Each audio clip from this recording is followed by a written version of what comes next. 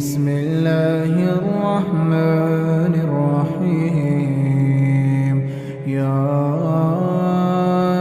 أيها النبي إذا طلقتم النساء فطلقوهن لعدتهن وأحصوا العدة واتقوا الله ربكم لا تخرجوهن من بيوتهن ولا يخرجن إلا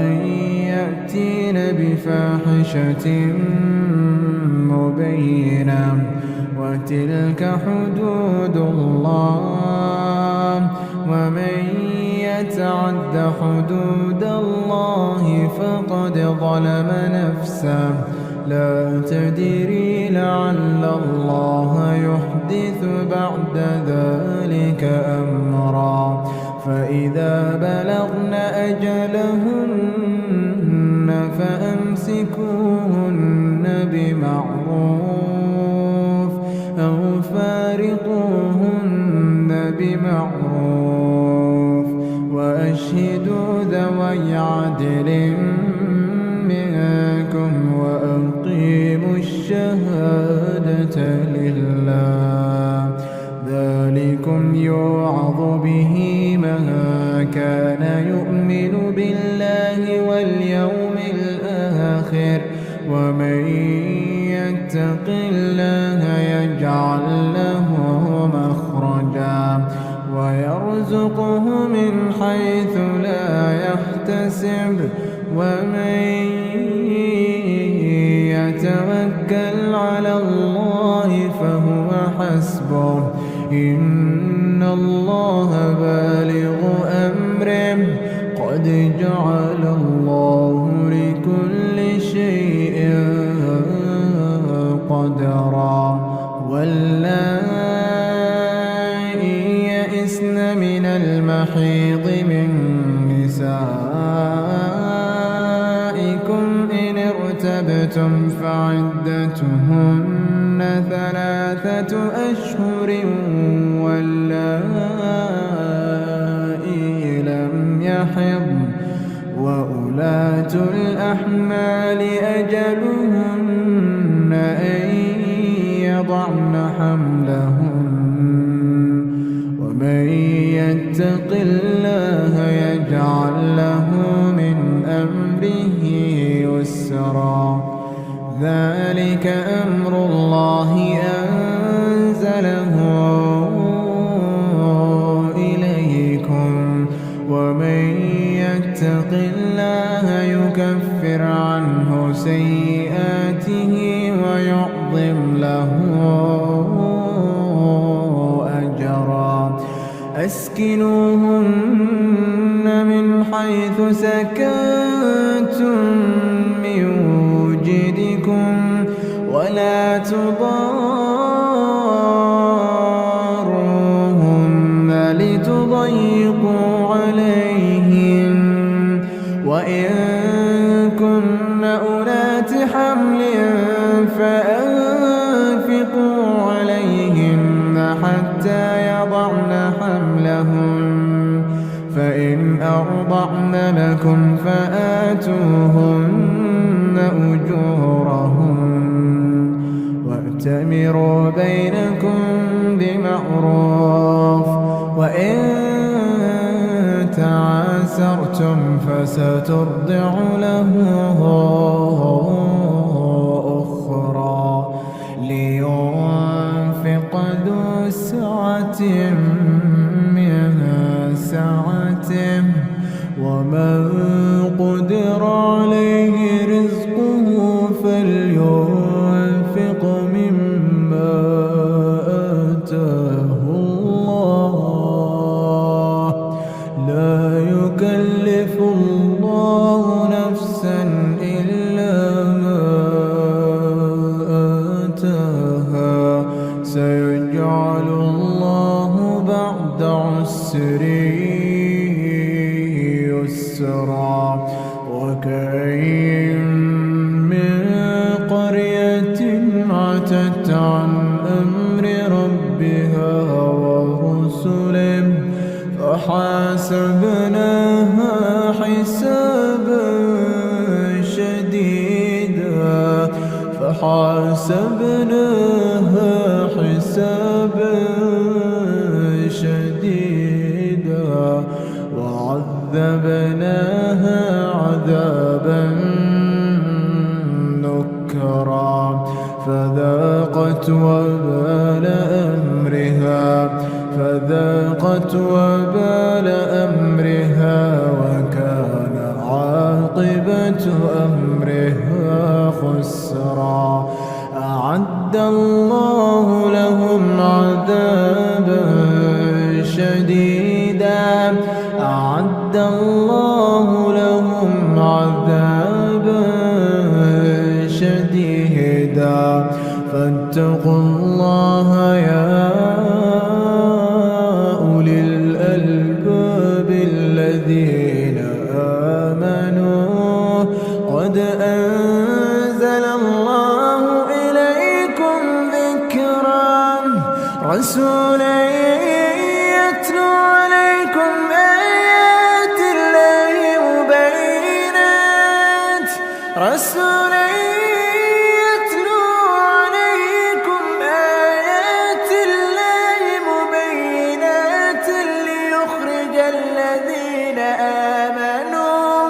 ليخرج الذين آمنوا وعملوا الصالحات من الظلمات إلى النور ومن يؤمن بالله ويعمل صالحا يدخله جنات تجري من تحتها الأنهار خالدين فيها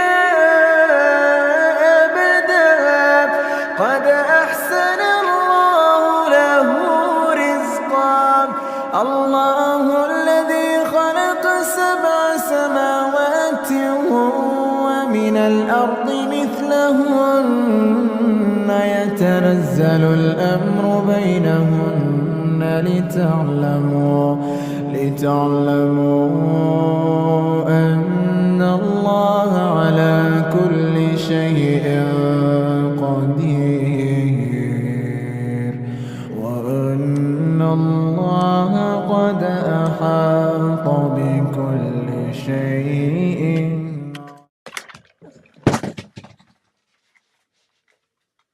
As the gender war rages on, in order to keep the peace, we must discuss the exact facts. Welcome to Exactly. I am your host, Saudi Ma'am. Remove your shoes and enter upon your right foot upon the right state of mind, bi'idhnillah. Topic. Put your hands up, keep them up. Why men, namely husbands, and men in general, find selective submission disrespectful. Wa alaikum salam wa rahmatullahi wa barakatuhu, Brother Abdul Qadir and Sister Samia. The topic today will be assisted, or I'll be assisted by Brother Black Mind, inshallah ta'ala, when he is ready to come on. I think where he is, he has to observe Fajr first, inshallah ta'ala. Then he will be joining us shortly, okay?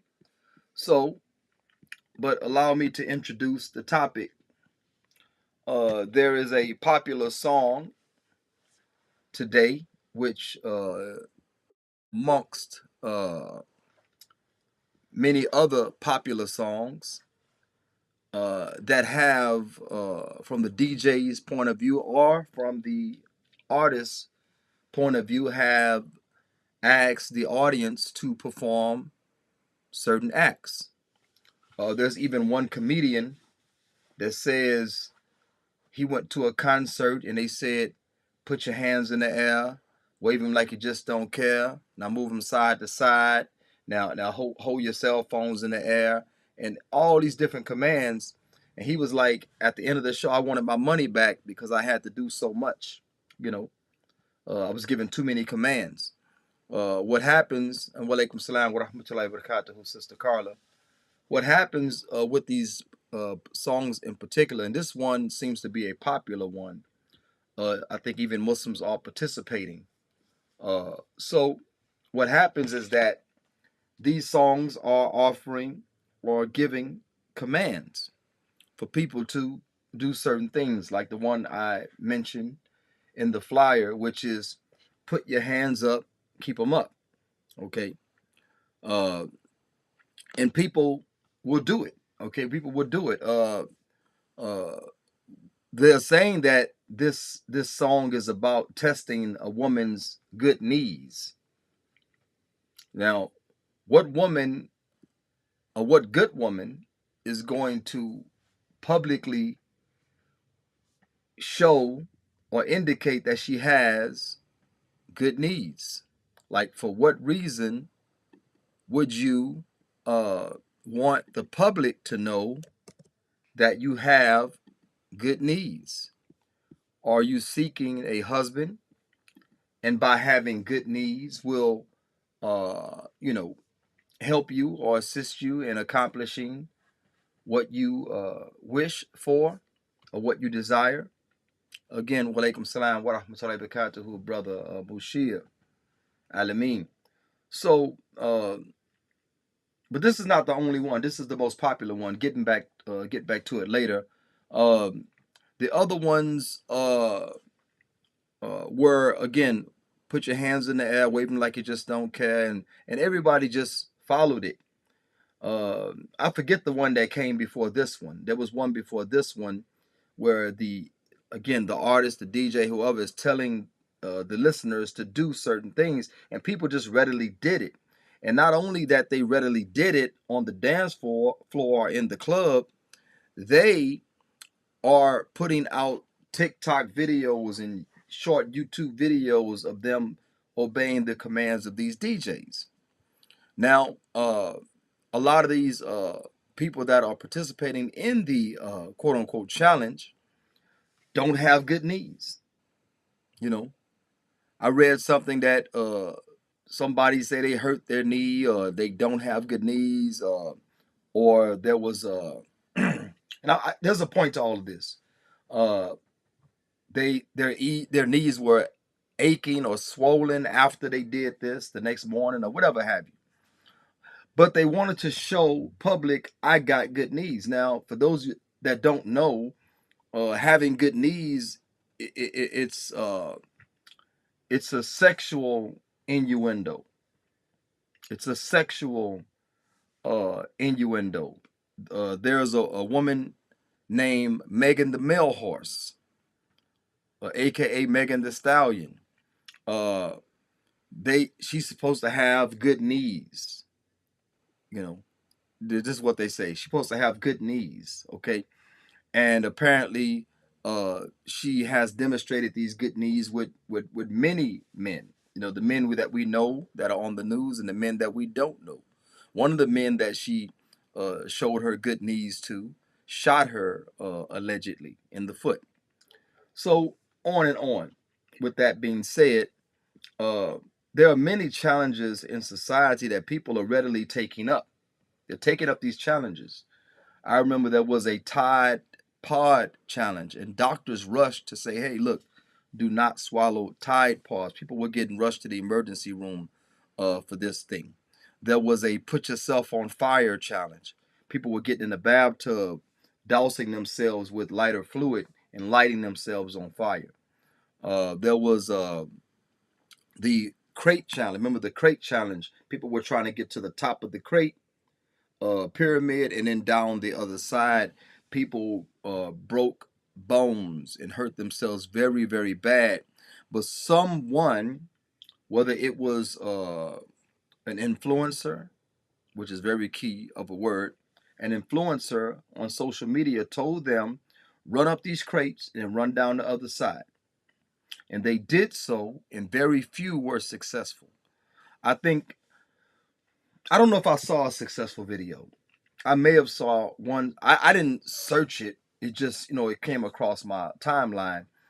and I would see it. People would share it and they would laugh because people were really, really hurting themselves regarding all these challenges. Now, why am I mentioning all of these challenges? Because any influencer, any personality, any DJ, any rap artist or whatever challenges, you know, R. Kelly says, "Step in the name of love," and people they stepped. You know, the cha-cha slide. People did it because somebody said to do it.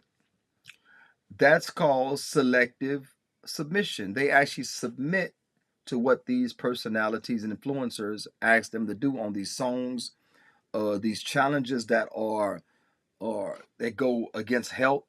They are following it to the T. And the last thing I'll mention, walaikum salam, ya akhi Amir. One last thing I'll mention is on the job. Okay, on the job. Uh, Men, namely husbands, men in general, find selective obedience or submission, selective submission, disrespectful because on the job itself, um, there are commands and there are requirements. And some of those commands and requirements really get on a woman's nerves. They get on men's nerves too, some of them. But men, you know, they tend to work through it. They tend to work through it. But it gets on women's nerves. Okay, it gets on women's nerves. These requirements. Now I know this for I've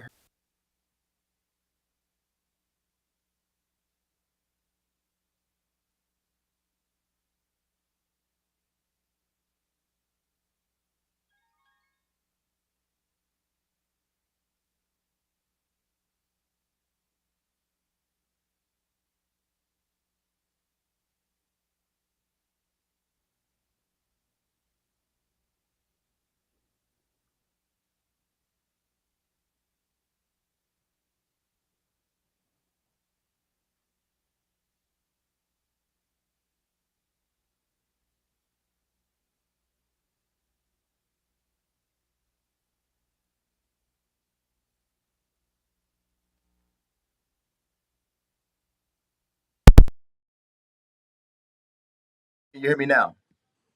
Okay, I can hear you now. Assalamu alaikum. Walaikum salam salam. Okay, what I was trying to do, I was trying to go to the headphones when you came in, but I guess the computer's not reading it, so I'm not going to force it.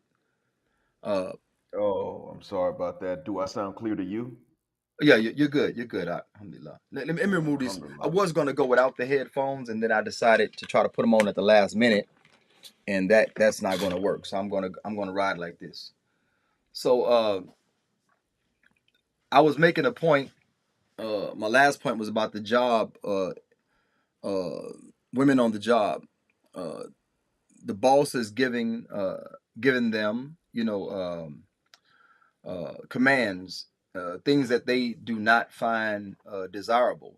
I've heard women complain about sexual harassment on the job, and one reason they did not want to expose, you know, the boss or the company, right? Uh, Hmm. they didn't want to do so because they didn't want to lose their job. They thought if the lawsuit didn't go through or the complaint turned against their favor, because let's face it, some things happen on the job that are consensual, but then there are some things that are less desirable. Okay, and when those undesirable Hmm. things happen, then that's when they go to their husband or their significant other or their family and say, "Hey, this thing happened." But all the other stuff, and I can tell you, I'm not just blowing smoke. Uh, People, one sister came to me, and you don't know her, and I'm not going to expose who she is. And this is years ago, maybe 20 years ago. She came to me and said that the guy that's been flirting with her at work um, finally got her in the break room. It's a Muslim sister. Finally got her. Kafir dude. Now he's been harassing her, which as a sister we would find that harassing, but in these days it's kind of open season.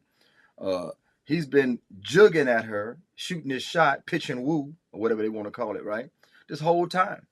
He finally got her. And then she came to me and said, I feel so bad. Should I leave Islam? I said, well, leaving Islam would be worse than the crime.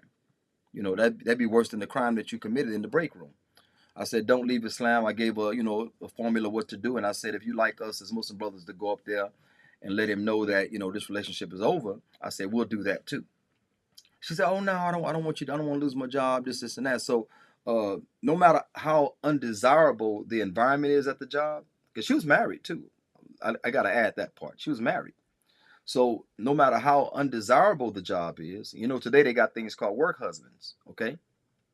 Walaikum salam wa rahmatullah, Hmm. brother Jawad. So, with the work husbands and things like that, uh, there are undesirable commands at the job. There are undesirable requirements, so on and so forth. And they say, no, I'm going to hold on to my job. Why isn't the same energy given to the marriage? Why isn't the same energy Mm. given to the marriage? When um, when I was younger, I used to wonder why it was that certain things always would go exactly however our moral instincts would tell us they weren't supposed to go. It didn't really seem to require much to get anybody to do anything the wrong way. Um, Nowadays, anytime something like this goes on, my first thought is we now have proof that there is a shaitan. Um, the and then a few days ago, I stated on my own channel that, um, and I was talking largely about Western women in general, but I was not exempting Muslim women from this. Um, Western women socially can get away with doing anything to a man except being a good woman and giving him peace of mind. So, enhancing a man's life, adding to his happiness and not ruining it, pretty much just being less stressful than the stress that they relieve, is the one thing that they can't get social approval for doing to a man. They don't approve of each other for that.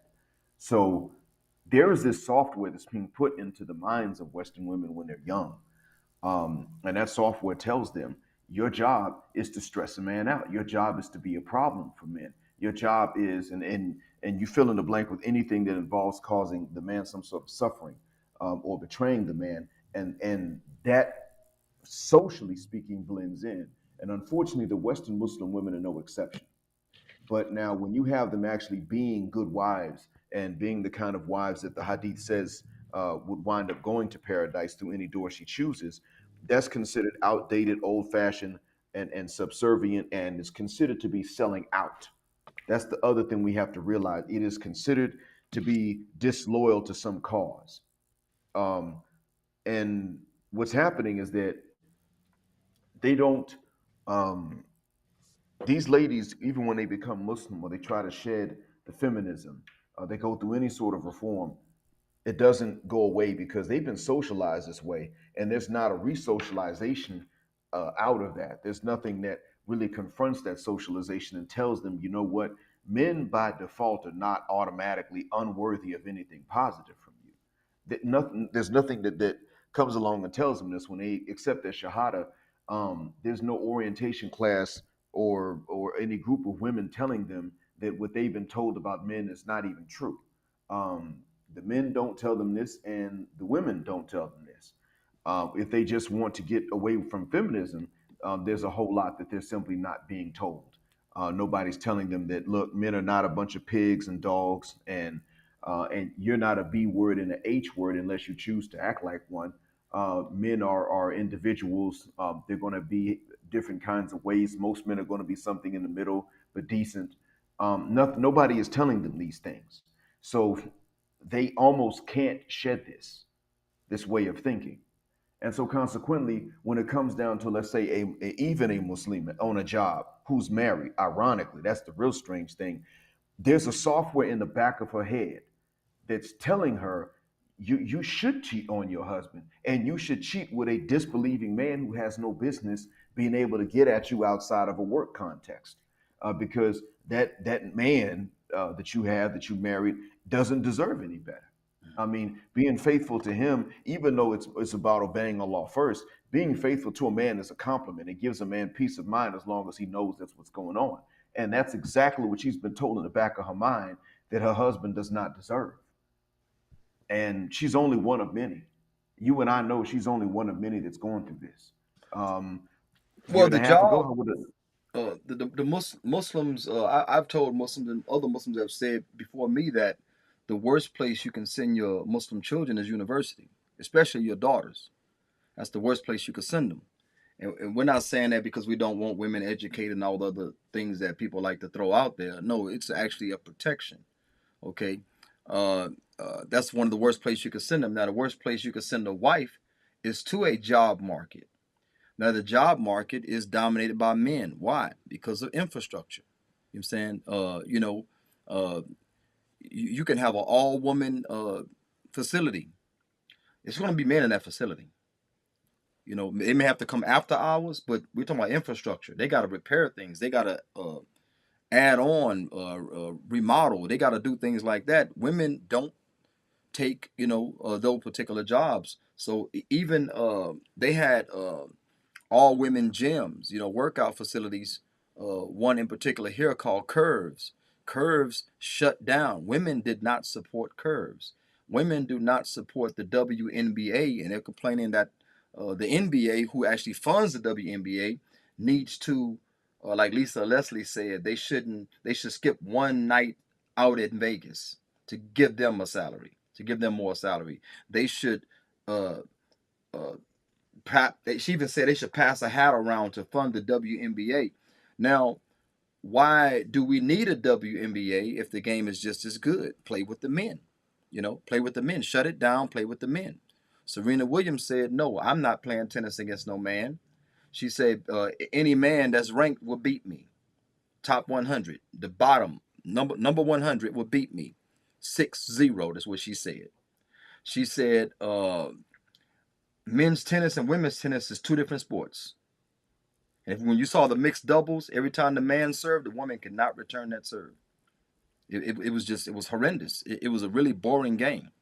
So with all that being said, when a woman goes into the job market, when men are the maintainers and protectors, they say, wait a minute, see, men are not maintaining and protecting. So I'm gonna go into the job market. Now, are you going in there to support your man financially, to raise y'all standard of your, economic standard of living? Are you going there to do that? Or will you go in there to only benefit yourself? Because if you only benefiting yourself, then live under his means. And that's better for the marriage. But if you're going in, just because I want to work, I'm tired of being at home, I need money for myself and things like that, then that's pretty selfish. Now you're putting yourself in the lion's den. Just like those Christians, they read these Bible children's stories, and they walking into these lion enclosures. You ever heard of that? In America Yes, sir. and Europe, these Christians, and some of them are pastors and ministers, they're walking into lion enclosures, men and women, saying that my faith in Jesus is so strong, this lion won't harm me. Well, apparently, they have no faith because that lion mauled a few of them. They either scratched the mess out of them, bit the mess out of them, or even killed them in these instances. You're putting your wife in a lion enclosure, hoping that her faith is strong enough. You know, now is she going there to help the family raise the economic status? She can work from home. She can go to an all-woman facility, and work, so on and so forth. You don't put her around those men that are lions, because what is the currency of women? Attention. And men are going to give attention. I know sisters, I don't know if she's in the room right now or watching the live now, but she said that the men, the Catholic men are so nice. I wish Muslim men were that nice. Well, we don't flirt with y'all like that. She was actually saying about how nice the Catholic men are. Okay, give her one of them, and he'll become your God. Guaranteed. Guaranteed he'll become your God. And this is the issue. So she's in the workplace. She's around men. And she always talking about how kind Catholic men are. Well, a man will tell a woman anything. Like I say, after 7 said, I'll give you the sun, the rain, the wind, the stars, and the mountains. I'll give you the world. And women love Yeah, that song, But none of that they can be absolutely actually do. provided. What can be provided is living under your husband's income and protecting the marriage. You want to go out and work a dignified job. That's what you should do. But that's not happening. Women are in the lion's den, you know, they're in the lion's den, and that's a very dangerous place to send your wife. They're not only in the lion's den, even though it's a lion's den. They're oftentimes there because it's a lion's den. Nowadays, um, this subconscious software that's being put into them has them looking for the lion's den because it's a lion's den, because what they want to do is cheat in the first place, because again they're trained to assess us as undeserving of anything that we might actually like, part of that being fidelity. um, so really, they're doing a lot of these things subconsciously, but still evilly. And then later on in life, they become conscious of what they're doing. Maybe in their late 20s or in their early 30s, they realize that what they're looking for is wrong, and that's why they're looking for it. But oftentimes at that point, they're so bitter and angry that instead of saying, wait a minute, I'm trained to look for exactly what's wrong and to do what's wrong and to crap on these men, and I need to change, they say, well, I'm trained to do this, but I'm going to keep doing it because look at these men. Um, I mean, really, you think about the sense of betrayal that's involved in that. When Muslims go and they cheat, um, there is a sense of betrayal because first off, when we're young, we oftentimes don't have the money it takes that they want us to have to marry. We don't have the dowries, and they are difficult on Muslim men. They don't say, well, they don't even say, I'm not going to talk about fornication. I'm going to say, just in terms of eloping, they don't even have the decency to say, well, my dad's racist or he wants too high of a dowry. We're going to elope, and I'm going to find a wali that's going to look at this Islamically. They don't even have that decency because they're looking at the guys and saying, yeah, he's too normal. I don't want that. So there is that sense of betrayal because when they get older, after the Muslim guys that they would not have married without a high dowry, they're then cheating on a Muslim husband with a disbelieving man. Forget about the dowry, forget about the marriage. He gets it for free. Then the Muslim man's got to work to marry her and to get anything from her, including a handshake, let alone getting up in the guts. And he's not a good So Muslim. That Muslim man, he's not a good Muslim. Because not if he the, not the if he ayat knows, the no. ayat is always, Allah says y'all the maintainers and protectors. Okay, well, within our means. They leave that part out, right? Right. Within our Hmm. means. On the same level of my daddy. Okay, go back to your daddy's house. I don't earn as much as Hmm. your dad. You married Right. me. We're married now. Our relations are halal. Okay, but now you browbeat me because I don't earn the same as the guy on your job. You know. Hmm. So the Right. the attitude is, well, I might as well make him a Muslim. So now we making Muslims now. And these are Frankenstein projects, bro. I've seen these brothers that they make Muslims. Remember, Yep. I was over the masjid for 20 some odd years. I just got another call. They want me to be the full-time khatib. And I'm sure they were going to talk about pay after that. And I told them, no, I'm not Hmm. doing that. I'm not taking a position anymore where I'm dealing with more problems in my own family. I'm not doing it. You know, 20 Makes something sense. years, 20 something years, I was an uncle, a grandfather, a side dude. I was all that. And I ain't saying side dude doesn't have relations, but when married sisters came to me to discuss their Hmm. husband issue, I gave them solution. I made an appointment to sit with their husband and resolve the issue. You know what happened, bro? A lot of times Hmm. they would set the appointment and they would cancel it an hour or 30 minutes before we were supposed to meet. Kind of find out they weren't even telling their husband. They were enjoying conversation. They wanted a listening ear, a male ear to listen to their issues. And I'm both sides of the story type dude. So I want to get his side too. Oh, no, no, no. He came home, he's mad right now. So let's not. I said, well, the reason you call me because he's mad all the time. I want to figure out why he's Hmm. mad. I need his side of the story. So all these things are happening.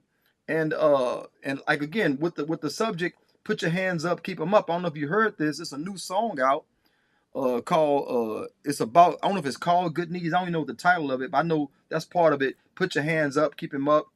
And they talking about good knees or something, right? So good knees is a sexual innuendo that if a woman has good knees, it implies that she's good in certain positions, sexual positions. Yeah. And women with bad knees, these are older women with bad knees, are testing their knees on video just because the guy on the song told them to do it. And they're complaining about pain that they're having in their knee because he's like, stay down here or whatever he said, stay in this position, don't move, you know. And they hurting themselves trying to keep up with the tradition or keep up with what the DJ said. Now, if men, that's why men find selective submission disrespectful, because when they go to school and they don't like their professor, they happen to still graduate. When they go to the job and don't like their boss, they come home and tell their husbands, "Oh, I hate this job. I hate this job," but won't quit. But when it comes to marriage, they quit. They quit the marriage. So I'm trying to figure out, like, that's why I say selective submission is very disrespectful. You know, I don't have to make as much money as the next guy. I don't have to be as tall and as light skinned it, or whatever, as the next guy, whatever your preference is. I don't have to be any of that. I'm me, you know, I'm me, and you're the one that I married, and you married me. You know what I'm saying? So that means that we need to work out, just like you work it out with your professor. You got the marriage certificate, okay? You want to enter Jannah through any door you choose, then my happiness matters. But we're told today that only the woman happiness matters, and I destroyed many occasions happy wife, happy life. I discussed it with my niece who's not Muslim. I discussed it with other Muslim women.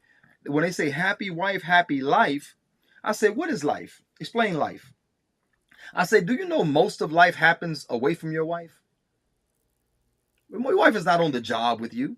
Your wife is not, she won't be there when it goes down, because you're the protector, right? It's so much about life that happens away from your wife. But they say if she's happy, then your life is happy. That's impossible. So if my wife is happy, I like my job. If my wife is happy, I like my professor at my university. If my wife is happy, I like them dudes hanging on the corner down the street, I think trying to break into my car. It's not happy wife, happy life. It's more happy spouse, happy house. Now, what is sa'ada? What is happiness? And how should we as Muslim men and women measure happiness? We should measure it just as the Sharia measures it. Sa'ada means your Lord is pleased with you. That means I'm doing what Allah Ta'ala ordered me and avoiding the haram, and you're doing what Allah Ta'ala ordered you and avoiding the haram. But if we don't measure life like that, then what are we going to have? I'm not happy. So why do women initiate 80% of divorces? Disenchantment. They're not happy anymore. They fell out of love. And what are some of those reasons? Lack of money, right? Lack of money, and that's one of the number one reasons. Finance. It's absolutely lack of money is one. Lack of excitement. Yeah. They're so acclimated to drama and trouble that they find a normal life to be entirely too boring and unsustainable. There's not really much that we're going to be able to do with this current generation of ladies, because partially that conditional submission is based on all of the wrong conditions. It's pretty much uh, it's pretty much at this point them doing exactly what Allah said not to do and refusing to do anything that He said to do. So yeah, the husband's happiness matters, and therefore they're going to work against the husband's happiness. Um, they're trained to do that. Is much like the negative peer pressure to which young boys and girls are subjected in grade school. The pressure to be negative, to if you behave yourself, then you find yourself being ridiculed by your classmates. But this is in childhood and in your teenage years. They're not outgrowing this. Collectively speaking, the Western women are not outgrowing this particular phase when it comes to men. So while they're allowed to study and do well, again, that's only so that they won't need a man. But when it comes to men, they don't outgrow socially that phase in which you only promote and approve of bad behavior and you disapprove of good behavior. That phase for them, when it comes to men, lasts now it lasts into perpetuity. It now lasts into middle age and menopause. You've got ladies now that are postmenopausal and they still cannot find a non-dramatic, non-stereotypical guy to be attractive, even if visually they liked him. Even if they like looking at this guy visually, he has to bring some immature, childish drama to the table in order to count as being attractive enough for her to stay with him. Um, and if he is if he doesn't bring this to the table, then there are only two ways they respond. Either they want to use this guy, and that's because they can justify that at the hair salon. They can say, well, yeah, girl, I mean, he's boring, but I get this, that, and the other out of the deal. And then I've got my other one on the side. That's the only thing they can justify in the hair salon to other women. And this goes on regardless of age at this point. I mean, it's a phenomenon that pastors and churches know is a problem because a lot of the women in their churches, while they are church women and paying tithes, still wind up pregnant, and the daddy is not. She'll tell him, "Daddy can't be in the picture. He can't be." Now, what does this mean? It probably means that guy's married, or Mm-hmm. he's just so thugged out that there's no way you can even bring up the subject of marriage. And while the pastor maybe the pastor wants to tell them, you need to choose better, he cannot. And the whole point of it is that they're so trained to not want to choose better. They're so trained to find better to be unattractive. So they know that this conditional submission is very insulting to men. They're well aware of that. That's part of the reason why it's so appealing to them. It's. I guess what I'm trying to say is that it's not just their self-interest and it's not just them liking what they see on TV or what their friends like. It's beyond that. There's also a motive of malice. Malice is half of the motive, and the malice is against guys that are more responsible and probably boring. And then for the Muslim woman, the malice is against the Muslim man. So Jawad said there are books written by guys how to practice game, how to get hijabi sisters and things like that. Uh, I wasn't aware of that, but I wouldn't doubt it at all. I wouldn't doubt it at all. Like again, there's one sister. She's a very beautiful sister. She's in the workplace with dudes. She says that her husband pays all the bills. I don't know why she's in the workplace with these dudes. These dudes are obviously hitting on her. She says she ain't messing with them, but the dudes are hitting on her. So why is Yeah. she in that environment? You know, why she's not homeschooling? Her children and Hmm. stuff like that. Why is she in that environment? If her husband is paying all the bills, then what are we doing? She's definitely not there to supplement. If you listen to her, she's not supplementing. Her money is her money, which how it should be, right? But if my Yeah. wife is going to Yeah. enter the workplace, then there has to be necessity, or the marriage is already broken. You know, it's already broken, and I'm one of the good men, the good modern men, which is I don't know if you caught the one I did about defeated men make the best husbands. When you're Uh, just defeated, you say, man, look, dress how you want, move around how you want. I'm just here for the kids. You know, men get mhm. defeated like that. And we say, look, man, I'm not finna stress myself out. I'm trying to practice my deen. You affecting my deen. And they say, why don't you just divorce? Well, what is the environment that we're in, and how do men fare in the divorce situation? You ain't making enough money to do what? You ain't making enough money to satisfy her, right? During the marriage. Right. You think you're gonna make enough money after y'all divorce? Oh, she gonna get you for the Mhm. little that you had. Just like the meme. I love this meme. They say the husband approached his wife and told her, look, based on our finances, I need you to go 80-20. And she was working. I need you to go 80-20. I'm going to do 80%, you do 20%. She felt like that was disrespectful. So she divorced him. Now she works two jobs and paying 100% of her own bills. And she has no protector. She divorced the man that she married. Isn't that crazy? She Mhm. divorced the man that Yep. said yes to her and she said yes to him. She divorced him because he was asking her to put 20% in. Now, obviously, she's working. Now, of course, these are not Muslims. I don't think they're Muslim. She's working. So that means you are putting in 8 hours, 10 hours, whatever, with strange men, you know? So you're in a Yep. bad situation. that's not benefiting our marriage, not even financially, because you're hoarding all your money. But what? So now they're divorced, and she's working two jobs trying to pay her own bills. 100%. It's just like I said. It's just it's a really bad scenario when it comes to it. And like I say, this book that's written, uh, sisters, like I mentioned yesterday, sisters have an option of divorcing the man and taking half his wealth, or divorcing him Islamically and getting 3 months maintenance. Now, what you think they're going for these days? Muslim sisters. Muslim sisters are going Mm, to court. They're going to Catholic court to have their way, because the law is not just Udu Billah min Dalik, Astaghfirullah, in their estimation when it comes to divorce and marriage. You know, uh, that's what they're saying. I'm not saying that. I'm saying that's what they're saying. Wholesale. This is the statement. When you go to the kuffar to handle your divorce, that's what you're saying. Allah is not just. Well, no, it's just to make him act right. Okay, well, why didn't you ask the judge for 3 months maintenance? Why are you asking for alimony? Why did you ask him for child support when if you can't support those children, they're supposed to go to the father? No, that's only if I remarry. No, if you cannot support those children, send them to their father. Because say, Ahi, how many times? Let's take the celebrity stuff.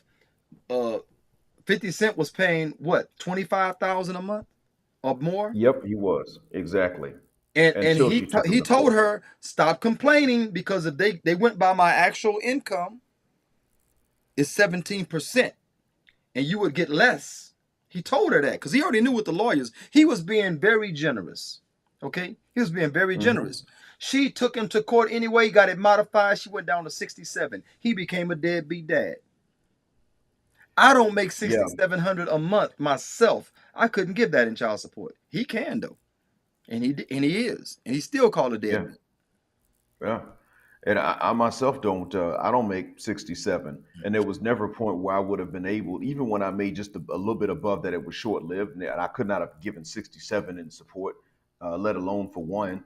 And now the son is going in on him because the son has been listening to mom, Oh yeah, and and the thing is, there are two things to which we can trace this back. And women love to hear me talk about one of these things, and that is that we men are too easy. We're too sexually and financially easy on these women. We don't make things difficult enough for them. We don't have high enough standards. But the other thing that we can to which we can trace this back is that the women are listening to Shaitan. And normally, I realize that you talk more about religion than what I do because you know more about it.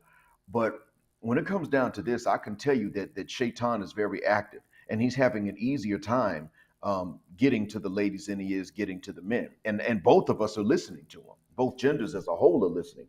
But when it comes down to getting one gender to be willing to oppress and hate the other, he has an easier time convincing the women to do this to the men than he does convincing us men to do this to the women. I mean, you don't really you can't incentivize to a straight man just oppressing and being mean to women. Um, they're but not you our natural enemies, man. We love women. exactly. They say I hate women. Tell my wife I hate women. I love her. Uh, Tell my wife I hate women. She gonna laugh in your mm-mm. face. She No, listening I'm right not. now. My wife listening right now. I'm They not say going to I tell hate her women. because I'm not going to risk telling her because if she doesn't kick me in my chest, you probably get to it. What you doing talking to my wife about I hate some women? Oh, wait a minute. Is that you, Black Mind? Goodness, man. Why you ain't tell me that was you? See, that's how that would work out. But the thing is that yeah, they're not our natural enemies. And I'm really shocked to find out that they could believe that we're their natural enemies. But that's if Shaitan goes and tries to convince us that they're our enemies and convince them that we're their enemies, who is it that's actually bought that hook, line, and sinker? It's not been men.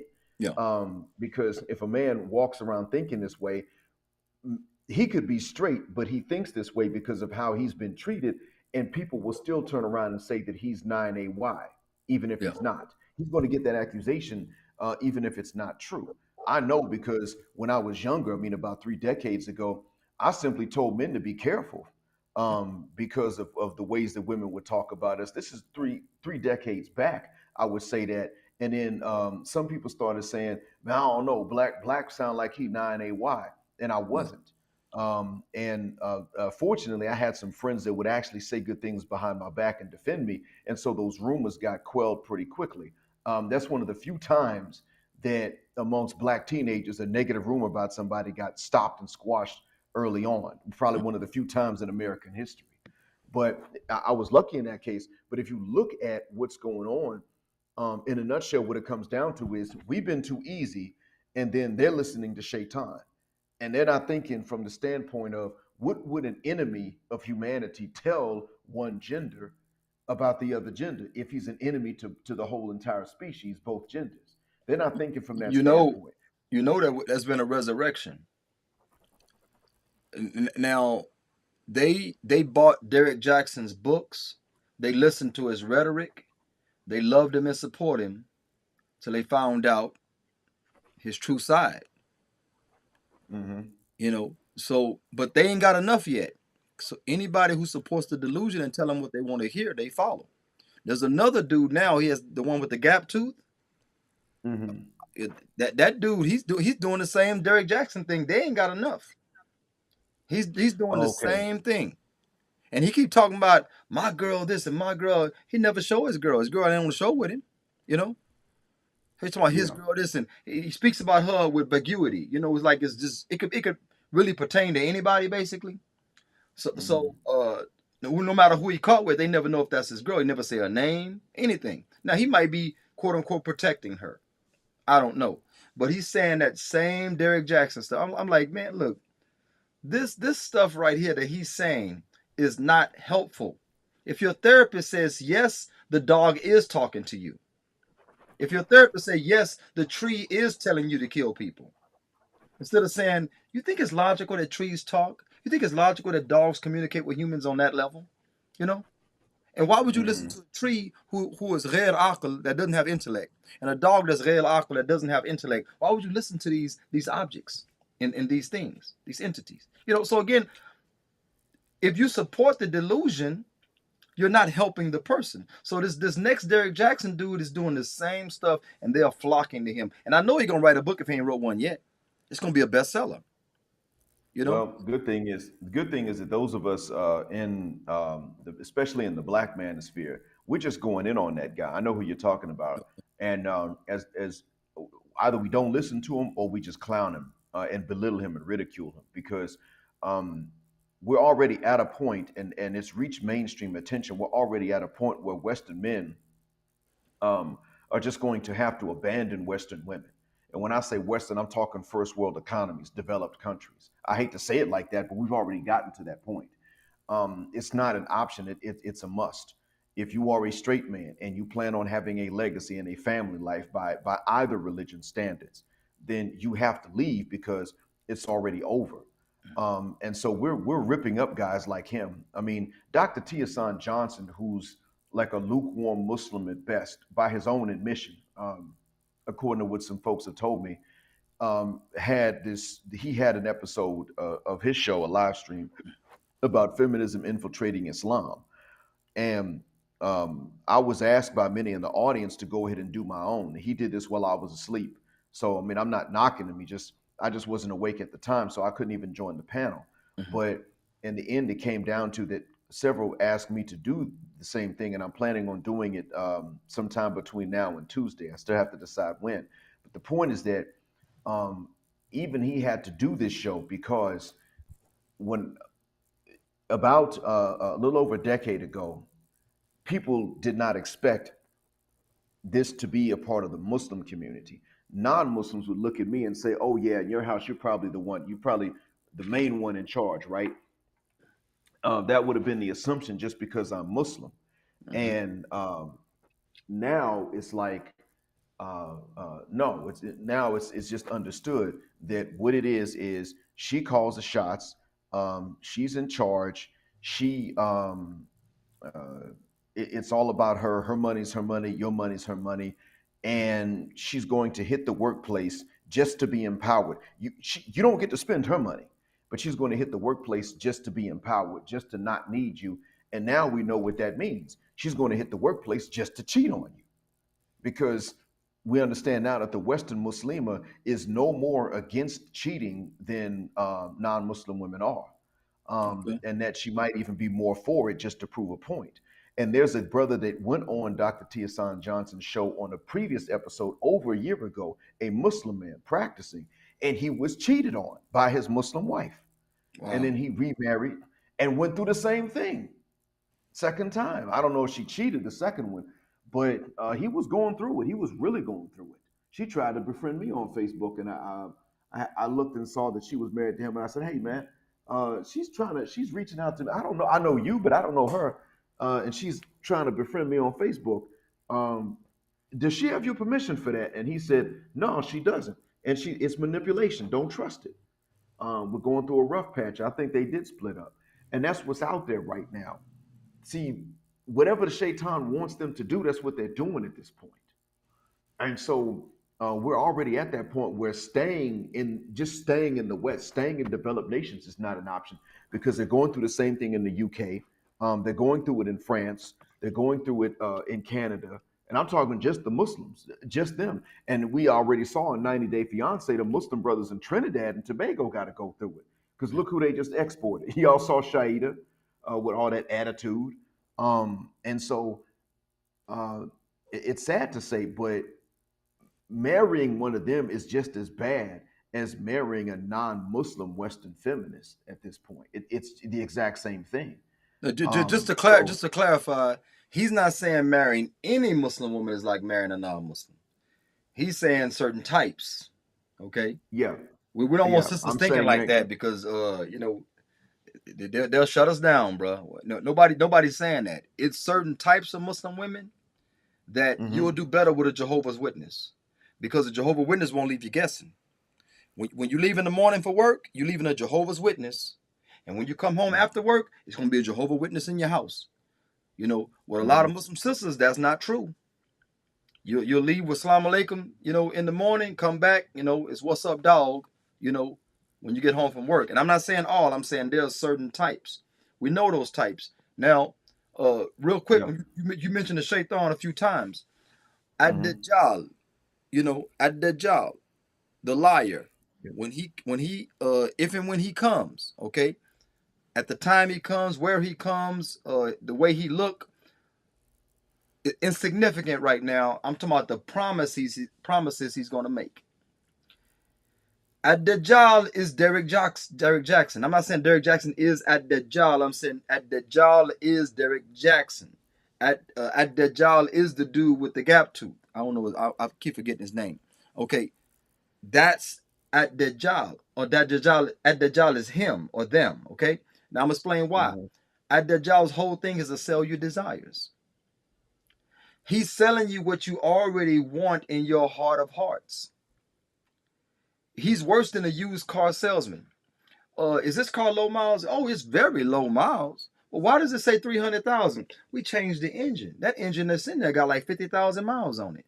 Oh, okay. Uh, any problems? Ever been in a wreck? Car never been in a wreck. Not even one scratch on it. Well, I see a scratch right here. Oh, I just did that this morning. I mean, the used car salesman gonna sell you everything that you need just to get you out the door in that car. Like the cliche goes, what can I do to put you in this car today? That's what we're dealing with. Now at Dajjal, what is he doing? If you worship me, I'll bring back a dead relative. But does he actually bring back a dead relative? And why do you want your dead relative back? Let's talk about that. The pen Hmm. is lifted, the ink is dry. You want your dead relative back. Who you think men are gonna fall for that, bro? You think men want their dead relative back? We have to So deal with economy, so we're less likely to fall for that because we understand that anything in this life, good or bad, it has a finite quantity to it. Even yes, if it's yes. I mean, it's either renewable or it's not, but there's a finite quality to it. We understand that, but ironically, the liberated woman is the last one to understand something like that.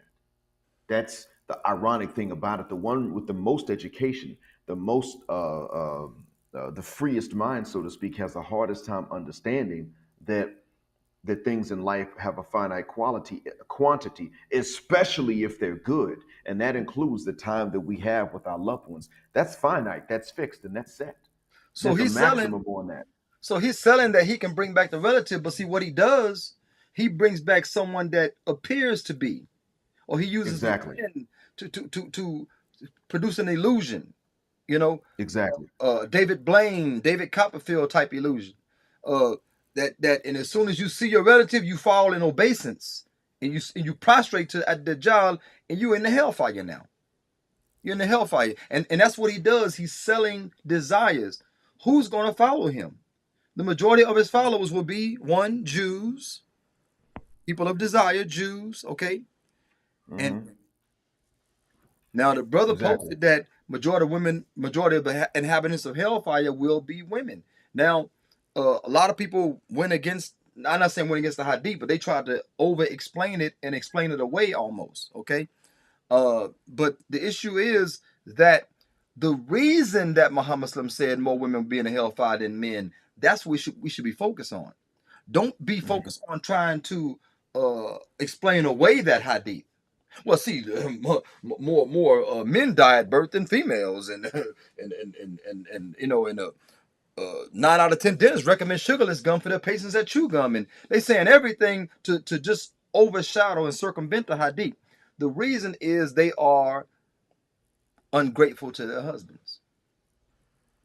So the Yeah. selective submission is, I find it really disrespectful. I'll give you a true scenario. Okay, I'm not gonna say whose wife or whoever, whatever. Okay, so this man's married to this Muslim brother's married to this girl, right? She says one day, I'm thinking about becoming a Hebrew Israelite. And of course, she's a Kafir already, so becoming a Hebrew Israelite is really a lateral. You become another kind of Kafir. So she say, I think about becoming a Hebrew Israelite. And the Muslim brother was like, you know, I can't be married to a Hebrew Israelite. I can marry a Jew or a Christian. I can't marry a Hebrew Israelite. You know, that's not among the Ahl Kitab. You know, that's some newfangled, newfounded thing. It's not a thing. You know, and she was like, and the thing about it, her grandfather is on that, writing bad checks for credit card fraud, even printing false money, false fiat money. All this career criminal in and out of jail, but he got more influence over her than the husband does, right? So Now she said, I tell think me, by becoming tell me, Hebrew tell me Israelite, again what tell me again what her original faith was. trash. I mean, Christian, whatever. Okay. All But I right. mean, but like I said, it's another lateral from Kafir to Kafir. And, Yeah. and, and Islamically, uh, 'cause there's some beautiful Hindu women, beautiful, Taoist, Buddhist, Jainist women, women that are forbidden for us to marry, right? Some beautiful Hmm. atheists, beautiful this, beautiful that are not Al Kitab. Islamically, you can't go to a Hindu that you find absolutely adorable and tell her, "Hey, won't you become a Jew or Christian so I can marry you?" You can't do that. Islamically, she's not lawful. She has to be organically kafir, organically Ahl Kitab, Utul Kitab, people that were given the book, that claim to believe in Jesus Islam, claim to believe in Musa Islam. Organically, she can't go from mushrik to you know regular kafir. She can't do that, right? So that's Hmm. one of the things. So this Muslim brother told her, if you become Hebrew Israelite, the divorce is already done. It's divorce without even pronouncing. You know, guess what? Hebrew Israelite. Now I don't know what Oculus or whoever branch believes, but she knows from her grandfather they can beat their women. I'm not talking about for Anu shoes or Nashaza acting outside, of their station. I'm talking about literally beat them, and there's no Mm. feather or miswak and all that kind of stuff. Okay. Not only that, they practice polygyny. She doesn't like polygyny, and she don't want to get hit upside her head, but she want to become a Hebrew Israelite. That's what I'll be talking about. That's selective submission. You'll submit to something you don't believe in because it's not your husband telling you to do it. Exactly. That's what we're going Exactly. through, brother. This is mind-boggling. Like I say, I don't just Exactly. have my issues. I deal with other people's issues too. I have no choice a lot of times. But taking an official position in the masjid where people can come to me with a title, I'm not doing that. Oh no. I might not want to go to that masjid for Jummah that Friday. Might want to go out of town somewhere, you know? I don't want to be Yeah. dedicated like that. But I'm telling you, you still deal with people's problems. You know, you still deal with their problems, and this is what brothers are going through. Nobody wants to submit to the husband. And Muhammad SAW said, if Allah would allow any created thing, any other makhluk, any other created thing to bow to another created thing, he would allow the wife to bow to the husband. Not the servant to the king, so on and so forth, but the wife to bow to the husband. Of course, Allah didn't allow that, but Muhammad SAW was making an analogy. That is the Hmm. closest you'll get to bowing to another being. Not a servant or a peasant bowing to a king, but a wife bowing to her husband. So much so, like you quoted, if at the time her husband dies, if he is pleased with her, and some say it's the other way too, when she dies, if the husband was pleased with her at the time of her death, that she can enter Jannah through any door she chooses. You know what I'm saying? So Hmm. this is what I'm getting at. You know, the submission should be to Allah Ta'ala and His Deen, right? That's the submission. That's the That's the sovereignty. submission. Okay? That's the submission. After that, who is the next in command? The hadith says Allah, His Rasul, the Amir Mu'mineen, right? And the husband. Yep. Guess who has more authority, the Amir Mu'mineen or the husband? The husband. Guess who has more authority, the father or the husband? The husband. I'm Hmm. gonna give you this hadith before I let you chime in. Woman comes to Rasulullah sallallahu and say, Ya Rasulullah, my father is on his sick bed. Can I visit him? Rasulullah sallallahu see, different than us. Got to know both sides of the story. Rasulullah sallallahu said, what did your husband say? Well, he told me to stay home. Rasulullah sallallahu did stay home. Her father's sick on his deathbed, bro. Her father passed. She went back to the Rasul Muhammad sallallahu and said, Ya Rasulullah, my father died. May I attend his janazah? Rasulullah sallallahu said, what did your husband say? He told me to stay home. Then stay home. That's the submission that we're talking about. We're not talking about oppressing you. Now, he said to stay home for a particular reason. Going to your father's janazah is not going to help him go to heaven or not, you know. And going to his sick Hmm. bed, you might say, oh, that's really a terrible man. But who controls the door to Jannah for her? Whose happiness matters, according to the hadith? Her husband's happiness matters. And he probably knew, and we don't know all the details of the story. She might be one of the women that beat her face, snatch her hijab off, tear her garment. She could be one of those. You know, we don't know the full measure of it, but what we do know is that submission to the husband, except when he orders you haram, is obligatory. I'm just saying the selective submission is very disrespectful. I find it totally disrespectful. Oh, it's the height of disrespect, sir. It is the height of disrespect. That conditional submission. Notice that it has gone hand in hand with adultery. It's not just promiscuity that's going hand in hand with it. It's going hand in hand with promiscuity and adultery. The problem is that promiscuity can be something that's kind of across the board and it's not selective. So promiscuity can be a way in which women actually don't treat men differently, or they do. They choose how they would do so. But when it comes to adultery, that is a height of an insult, especially when a non-promiscuous woman later commits adultery after she's been married. Um, Brother, are you drinking beer? I'm just kidding. I'm just teasing. Going on with that, man. What, Going on with that. no, I'm just teasing. What is that though? Actually, because I haven't seen that in this country. What is that? Is that What I'm coconut drinking? water? This is a Yeah. custom-made cup by brother Asad Allah's wife. Okay. It's, Okay. it's I a see the whole custom-made thing cup. now. This is not a drink. This is water, actually. Okay. I see Nah, it now. I yeah. can see the whole thing now. Okay. Cool. Cool. I thought it might have been like I was wondering if that some sort of brand of coconut water actually, because the bottom of the cup looks similar to the ones here that sell coconut water. You know, I had Um. my stepson. He hit me to that aloe vera water Hmm. and some other stuff, and I loved it so much, but I found that it was so high in sugar. You know, and, Hmm. and I Yep. don't drink that straight, bland coconut water, but the coconut water that was the same. The people that make the aloe vera water, that coconut water, man, I love it, man. I love it when it's sweet and stuff like that. But the sugar intake was too much, so I kind of left it Yeah. alone.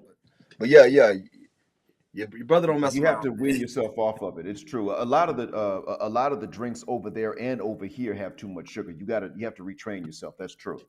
Um, so I'm sorry, I got sidetracked thinking it was coconut water, and I got thirsty. But yeah, see, you notice that the whole conditional submission thing, it goes hand in hand with materialism, promiscuity, and even outright adultery. And adultery really is an insult to the husband. Adultery is an insult to the most committed men. Because of course the side dude is the one that gets to be the least committed, and then he gets the most out of her, and then of course the husband he gets the least out of it while he's the most committed. And I've listened to these pickup artists and these game coaches and dating coaches and being in the black manosphere, and these guys don't understand what they're promoting. I mean, they think that they're telling guys how to get over. They don't realize that what they're actually telling men is they're just telling men how to break up families and even how to get themselves killed. There's Yeah. one guy, he's in his 60s now. He was a major womanizer. As a matter of fact, he turns out to be from the same city as some of my cousins. Mm. And he has talked about how he has slept with his friends' wives and girlfriends, and how he's been chased out of homes by husbands and committed boyfriends that were coming home early. And when I say committed boyfriends, I'm talking about by their own standards. Yeah. Um, but they've come home and found him with their girlfriends or their wives, and they've chased him out, and he's been shot at before while fleeing, Yeah. running from bullets. And I'm sitting up thinking, how you gonna sit up and say you were alpha man, you were alpha male, but you get caught with someone else's wife, and they rightly pull a gun and you run it. If you an alpha, stand there and take them bullets, get shot to death for what you just did, You know what the alpha because does, right? The alpha lion, he takes over the pride before and he kills sleeps the cubs. with the females.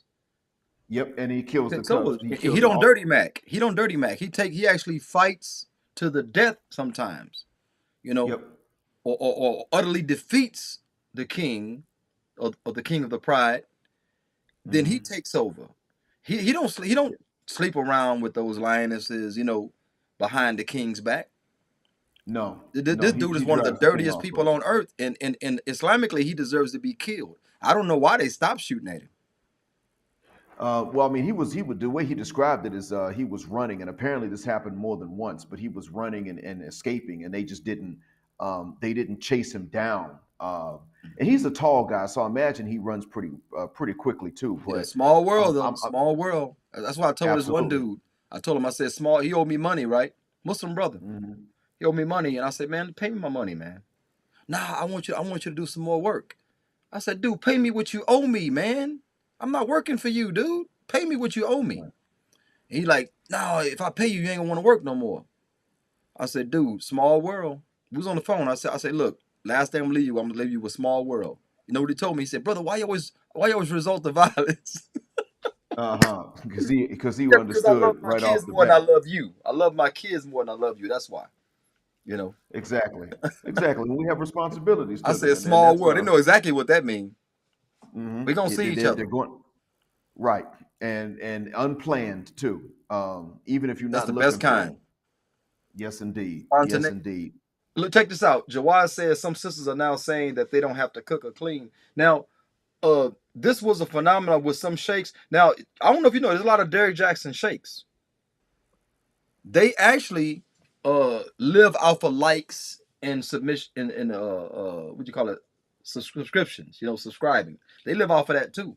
A lot of these sheikhs are Yeah. popular because they put out these feministic fatwas. Okay, a lot of them are. Hmm. Yep. Now they said a woman didn't have to cook, and there's no evidence for it. They said Muhammad SAW did the household chores. The Arabic says Muhammad SAW took care of the house. It didn't say he did the chores. Well, they got a hadith that he mended his own shoes. Okay, I'll mend my own shoes.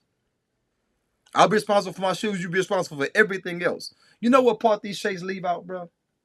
What's The that? submission to the husband, obeying the husband, which is obligatory. Long as they don't tell you haram. Is it haram for your husband to tell you to sweep and clean and keep the house neat while he's at work? It's not haram. So the only way a woman can disobey a husband is if he orders her haram. Now, these are mainly, a lot of these guys are Khaliji scholars. I mean, they're Arabic, a lot of their followers are Arab, and Negro. So they say that if you want your wife to cook or clean, go get a maid. Now, who lives that type of lifestyle, bro? You know, that's not us. We don't live that lifestyle where we go get a maid. You know, Mm-mm. if our wife No. if our wife want to watch love and hip hop reruns all day and don't want to do nothing, you know, we go get a maid. It doesn't work like that. The daughter of Muhammad, so Fatima, came to him and said, "Oh Baba, my hands, I got calluses on my hands, blisters on my hands for doing such hard work at the house of Ali, right? Right along Ali." Mm-hmm. He said, Rasulullah, can you please give me, a slave girl so can help me with the. He said, no, no, no. He refused. He refused his own daughter to give her a slave girl because what Ali was ordering her was not too much for her. It was not too much. Anhuma. It was not too much. So again, he refused his daughter and sent her back to the home. And she was satisfied with that. But I'm saying that, I mean, for these sheikhs to say a woman don't have to clean the house, I clean. I cook. I do the majority of the cooking, and I clean. I don't have a problem with that. Okay? I don't have a problem with that, but don't tell me it's my duty. Don't tell me it's my duty. You know? It's your Yeah. duty. Even if it was no text for it. It's like I don't know if you've seen a post I put 150 rule, whatever leads to a fard becomes a fard or is a fard itself. Whatever leads to an obligation is an obligation itself. Even if you don't have a contextual we say adilla aqatiya, a definite text that says this thing is far. We know wudu is far because salat is far. Even if we didn't have a text that said wudu is far, right? We know it's far because the salat is far. That's called a shart, a prerequisite to do a thing. So the Yep. same way with a woman cooking and cleaning, we know it's obligatory to obey your husband.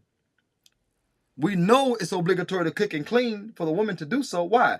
If your husband tells you to do so. If he got to tell you to do so, that's problematic. But he told you. So now, what are we arguing now? I sat down real quick. I sat down with this sister. She was from the islands. Very, very beautiful, dark sister. And she was in Richmond, Virginia. She wanted to marry me. And her wali or her wakil was the sheikh of the Islamic Center of Richmond. That's the one that got in trouble after 9/11. They said some students went there and, it got in trouble after 9/11. But nevertheless, the building's still there. I think they're still managed. They're still running. I had dinner at the president's house that night, and I only went down there to meet with her and her wali or her wakil, which was the imam, the short Pakistani guy, And we're sitting down, and I told her, sis, I say, look, I see you wear open-toe shoes. I say, I don't want my wife to wear open-toe shoes. Her feet are part of her aura. That's part of her zinat. That's part of her adornment. I don't want that to happen. Okay, and we sitting down in the sit down in the masjid in the library, and she says, Sheikh, does a woman have to cover her feet? The Sheikh said no. Of course, Pakistan mostly Hanafi. Hanafis don't believe a woman have to cover her feet, right? So Okay. she says, he says, no, she don't have to cover her feet. She says, see, I knew right then I wouldn't marry her. I said, Sheikh, what is your evidence? He looked at me with big eyes. His eyes were big. He looked at me like, how dare you ask me for evidence? I don't think it wasn't an arrogant look. He was really surprised I asked for evidence. I don't think nobody in that masjid ever asked for evidence. Okay. So his eyes got big, and she say, well, see, the sheikh said, I said, then you marry the sheikh. Right there in front of him. Because my attitude is one way. I don't have two faces. You don't. I said, then No, you we marry the don't. sheikh. You marry the sheikh then. I just told you I don't want my wife showing her feet, and you're going to try to throw the sheikh on me. I know he's Hanafi. I know what their position is. I know what the evidence says. So I'm going to go with the evidence and not with the manhaj, right? Or with the madhab. I'm going to go with the evidence.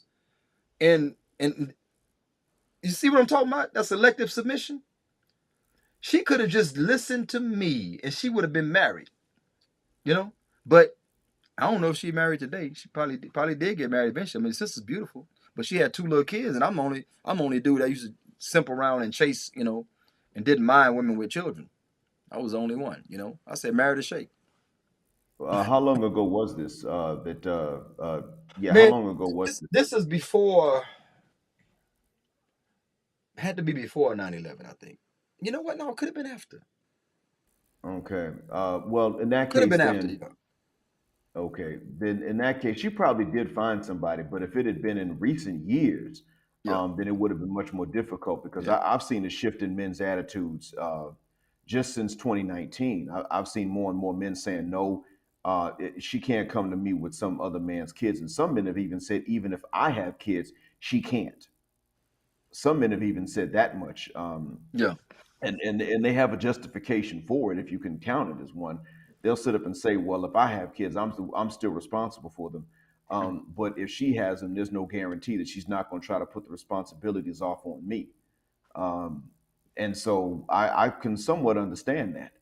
I've been one of those that has said that, well, I don't refuse those with them because I'm also a dad. But yeah, there have been men that have said that. So it probably would depend on whether or not she found someone. Probably would depend on how long ago this was. But the thing is that if more men had demanded from the very beginning just more equality, just more equity in the market, then chances are she would have had a hell of a lot less of an attitude to begin with. And You it know, would have been, men are being put on child support for children that are not theirs, and I'm not talking about they're being set up thinking the child is theirs. Women are producing text messages. Now, this happened years and years ago, so it's not nothing new. 20 years ago, maybe I heard about this. Women are producing text messages or email communications or some type of voice. They're being recorded, saying that I will always be there for you and your children. We say simp stuff like that when we first meet them. Then when we find out the reality, sometimes we like, oh, I spoke too soon, you know, mhm. or that dude that actually inseminated her, gets out of prison or something, and then changes the whole dynamic of the relationship. But nevertheless, women are producing text messages, emails, and voice recordings saying that this man said he would beat up for me and my kids. Listen, judge, read this, judge, and the judge said, "Hey, you promised it." Mm. These Wow. things are actually true, bro. I just no, I don't think I shared the meme. I commented on this meme. It says that when you find out that you're pregnant, choose the best father for your children. You know what that means, right? Yep, exactly. After you find Yeah, out you're pregnant, choose the best father. She's already dealing with multiple men, bro. She found out she's pregnant. She's saying, "You're the dad. You're the responsible one." that's the one that's least likely to actually be uh yeah, that's the one that's likely to actually be the dad because we already know that Well, he's the that least desirable of the men she messed with. It's not about DNA. It's about that this dude got a job. He's stable. He's a good father figure or a good father, but he's not desired by her. She wants future. You know, exactly. she wants a But the future point is type that dude. So she's sleeping with Future, Russell Wilson, like Sierra. Sleeping with all these dudes, and she did. She's not a wholesome woman. Sleeping with all these dudes, and then when she hits the wall, she said Russell Wilson. You know, I'm gonna settle on him. I'm gonna settle yeah, on him. and it's even worse the way she did it because the funny thing is that her actual imprint was someone similar to Russell. And then Okay. she still let Future re-imprint her. Future also was not really a street thug growing up. He's tall and he can rap, Mm. but he was not actually a street thug growing up. He was one of those guys that just kind of blended in with the background growing up. She's and so what he Some people would say that he's a pretender, um, or just that he's pretending to be a womanizer. You could say it however you want. The point is that she actually let someone that's not what he seems to be re-imprint her with what he isn't, just to get away from being imprinted by someone like Russell. And this is why I've been saying for the longest that they're following the shaitan. Their evil is a necessary component for attraction with them. It's a necessary component to attract them. The It, bad. it's it, yeah, the bad boy, but it's worse than just it's yeah, we'll say bad literally. It's because of what's bad about him that he gets the shot, he gets the chance that other men don't get. And they're just and they're unapologetic about it, and they're pretty much saying that it's because of what makes this guy irresponsible that he is attractive enough to actually uh, sire and yet to actually sire biologically the next generation. But the thing is that studies have shown a long time ago that when women cheat, they were more likely to conceive with the side dude than with the main guy. This study showed that back when I was in high school. And so so paternity fraud, not just discrepancy, but paternity fraud is actually going to become the default. And that's how they're setting it up. These ladies know what they're doing. They know that if enough of them do it, then the men become used to this and become desensitized. And we start thinking, well, this is just how it is, and this is just the norm. They know what they're doing. They're doing it on purpose, and that's why they're doing That's it. where them dudes come from that allow their women to have a girls' night out and a girl trip. These guys are actually cool with it because while the girl is out, they know what the possibilities are, and of course these are cool for all. But I know some sisters that do this. Uh, they know what the possibilities are, so they say, "Well, let me set up something while she go." You know what I'm saying? And but look what Abdurrahman Khaddam al Jami said. He said that wasn't that the case in Jahiliyyah too? Now remember, one of the pagans of Arabia had many types of marriages. One type of marriage, a woman would go and sleep with a bunch of men. I don't know if she did it, Caligula style, with like an orgy, whatever, but she slept with several men. And after she became pregnant and she gave birth, there was a special person that they used to line all the men up that she slept with that they knew and used to put the baby next to the men, next to the men, next to the men, and decide you are the father. That's how they used to do in Jahili. That was actually a type of marriage that the pagans had. So that's what Abdurrahman reminded me of when he says that. That was actually a type of marriage. Now you think that didn't happen before we became Muslim? That was the case too. And a lot of people that become Muslim, it's like the sister said, well, that's a child of the bed. I said, it's not a child of the bed. Child of the bed implies the woman is married.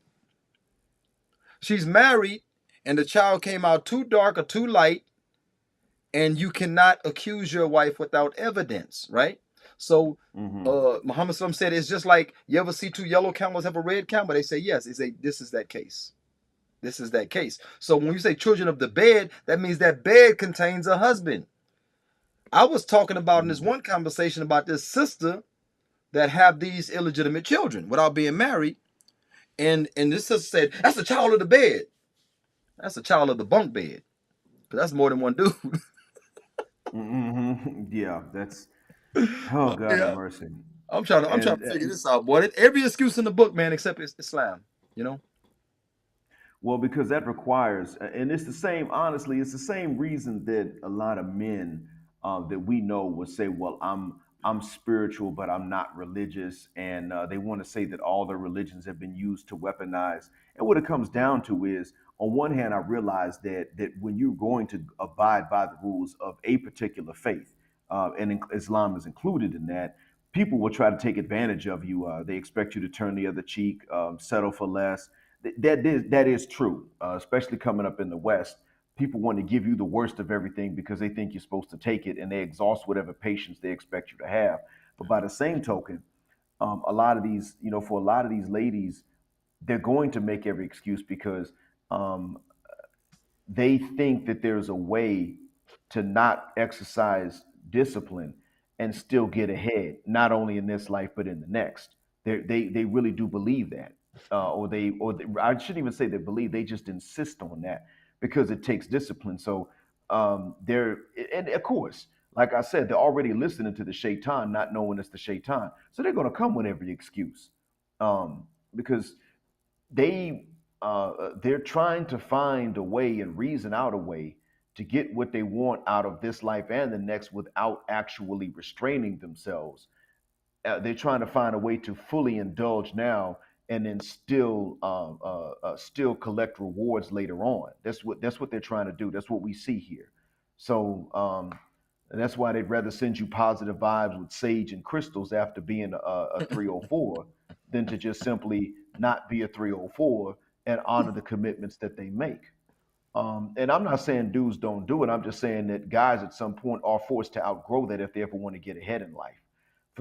For whatever reason, the ladies don't realize that they're being forced to do the same thing if they want to get ahead in life. And it's probably because we don't teach them that. It may be because we just make, like I said, we've been making certain things entirely too easy for them. I wanted Um, I wanted to put the burden on the man, because the man is supposed to be the leader, but you can't lead someone that refuses to be led. You can't. So I stopped years ago putting the burden on the man, and I put it upon, you know, the woman, because she can choose her leader, but she cannot choose to lead. She can choose her leader, but she cannot choose to lead. It's not her role to lead. She can advise. She can even manage, you know, but she can't CEO a relationship. She can't be the owner of the relationship, because with ownership comes accountability, and she's not a creature of accountability. She's just not. Women need to be more accountable. They can't. They can't be more accountable. There are some very intelligent sisters. I know them. I know these very intelligent sisters. They still have their waves. It's part of their nature. It's part of their innate makeup, and you can't change it. But what I want to do now, for the sake of time, I want to go to delusional dating profile of the week, and see what you got to say about this one. Okay. all Now right. I'm gonna say, now this is not really. It's more visual than words. I want you to read the words, but take in the visual mostly, and tell me what you think about this. Okay. Let me bring it in real quick. Okay. We got two pictures. This is the first one. It's the same profile. Okay. Same profile. Mm-hmm. Can you see that one, or are you on the YouTube, or can you see it? Um, let's see here. I'm going to YouTube and I'm going Okay. to. I mean, I'm on YouTube. What I'm going to do is I'm going to go straight to the end so that it'll come up because I know that on guest cam it doesn't. So Okay. I'm waiting on the picture to load on YouTube. Okay. Um, So this uh, is Sandra 59. Okay. She says, I just need a hug once in a while. Okay. Uh and someone to hold my hand. Okay. That seems innocent enough. That seems innocent enough. Okay. mhm. Can you see it yet? I do. Yeah. Okay. Yeah. The picture she puts up. This is, she's looking for a man. She's 59. She's looking for a man. Okay. She ain't hit the wall. She hit the wall and fell into the moat. Okay. So Yeah. and she said, just need a hug once in a while, and someone to hold my hand. Okay. Mhm. Probably on her deathbed soon. Allahu Akbar. Okay, you got that one. Now, this is the same profile, second part of it. Second part of the same profile. Okay. This is the second. This is I scroll down and screenshot the second part. What do you notice? Oh God, have mercy. All right, cats, rock music, hard rock music, classical hard rock music, drawing, sketching, and of course, she's ready for Halloween. 14 days ahead of time. I don't Uh, think that's a Halloween picture though, because going back to this one, it would say just joined. That means that she's had this profile for a while. It don't say just joined. You know, that's why I don't think it's a mhm. Halloween picture. So she put that stuff on her head a long time ago, Yeah. just because. Oh boy. Okay. All right. I don't see why she doesn't just go down to the local Luciferian temple then, if she's into all that stuff. Um, I don't see why not. I mean, she got them horns. They don't even look even on her head. They look deformed. Um, that is clearly an imitation of Shaitan. So yeah, this fits right in. I mean, I was talking about how they've been listening to the devil. Clearly, she's been having conversations where she can listen to and look at him and say, "Well, let me go ahead and try to imitate him."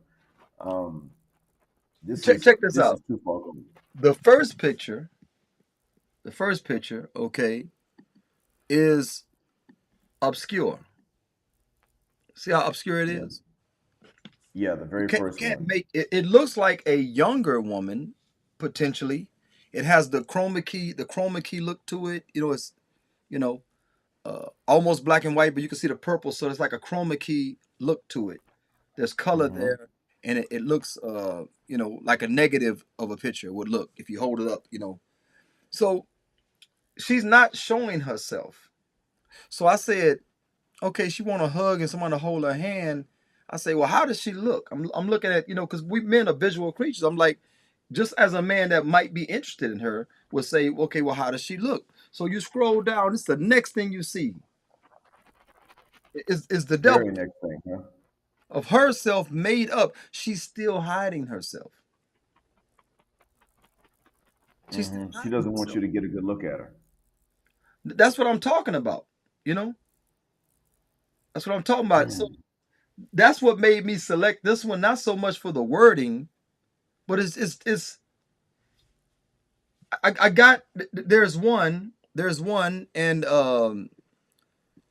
I wish I wish I could find it. If I could find it, I'll show it to you. There's one that is very problematic, okay? Very Hmm. problematic.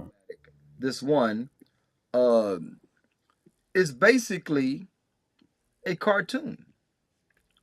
It's basically a cartoon. It's a cartoon, and she's saying that, and I'll use it in another episode, inshallah ta'ala. But it's a cartoon, and she's saying that she wants somebody that's real. And her profile picture's a cartoon. It's always that. And the thing is, you have to actually be, for you to catch that, actually, you have to be a very analytical thinker. And you had to, in this market, you would have had to train yourself to become that analytical of a thinker in the first place. Because we're not trained to think that analytically. You and I and most other men have actually been trained to just tolerate it, to just take it and accept. Um, just accept that that's what it's going to be, that they're going to ask, but they're not going to offer the same thing. Um, yeah, that's how we've been trained, and it's been pretty successful. So it's good that you catch that because it makes you rare in this regard, that you can think against the training. See, they question everything we tell them, but they Yeah, don't question necessarily what the society tells them and what they tell each other. That's what they take without question. And what they're telling each other is demand that what you don't have, demand what you're not going to give in exchange. Make sure that you're an unfair deal. And you picked up on it right there. Cartoon asking for a real character, two dimensional asking for 3D. yeah. 4D. She want 4D apparently. but Yeah, but got a point. but I'm saying, like, with this one right here, man, is like, she's 59, and 59 doesn't mean unattractive. I mean, it doesn't. Right. But she wants somebody to hold her hand and give her a hug. Well, that's what if you spent your good years marrying a good man, because remember, it don't say widow, it don't say none of that, right? If you spent your None. good years, your marriageable years, your desirable years, your prime years looking for a man that wanted you, then you would, instead of the man you want, because a lot of times, we make bad choices, right? So the one that want us is actually the most important one. So if she'd have spent her years doing that, she would have grandkids to give her hugs and hold her hand, you know? And I don't Exactly. think I don't think that she mentioned grandkids. Does it say oh, it says has kids. So she has kids. Now she wants somebody to hug her and hold her hand. Now, are those exclusively husband type things? You know, hugging Not hands and holding. You know, Nope. holding hands and Nope. hugging. Is that husband exclusively for husbands? No, it's not. You know, my children Mm-mm. hug me. My big old 17-year-old boy who looked like two of me was about to leave, and he reached over and hugged me and said, "I love you, Dad." Salam alaikum, I love you, and he hugged me. So, and I'm pretty sure if I want to hold his hand, he'll hold my hand. So you don't need a husband for that. So what have you done with your years, your life? what she's done is she's been strong and independent and ain't needed no Yeah, man. yeah, And she's pretty much she's had all these walls and barriers up because she could. And we as men, collectively speaking, were probably trying to respect these walls and barriers and say, well, she's special, she's got standards, and that's what it should be. yeah, And nobody sat up and told her that at some point she was going to have to lower that drawbridge for someone, or she was going to have to stay by herself. And yeah. she never heard that. And so now she's sitting up here not having lowered the drawbridge in time, but still not willing to stay by herself. And as you notice, I mean, this is some childish stuff. Yeah. Imagine a guy doing the same thing, even if it's just cosplay for, and he says under the photo, this is just for cosplay, a cosplay convention in San Antonio. Yeah. Imagine that. Then he's still childish. She actually has not gotten the message that she doesn't get to stay a child and be viable for the mating market. And And, as you stated, they don't grow up because they don't have accountability. And I'm not sure if they can learn accountability or not. Actually, I take that back. I've seen those who have, but they were not in the West. They can learn accountability, but we haven't taught it to them. I wish I could bring up this YouTube video, man. There is a video. This woman, she seems to be. She's a African American woman. She seems to be uh maybe like kind of heavy.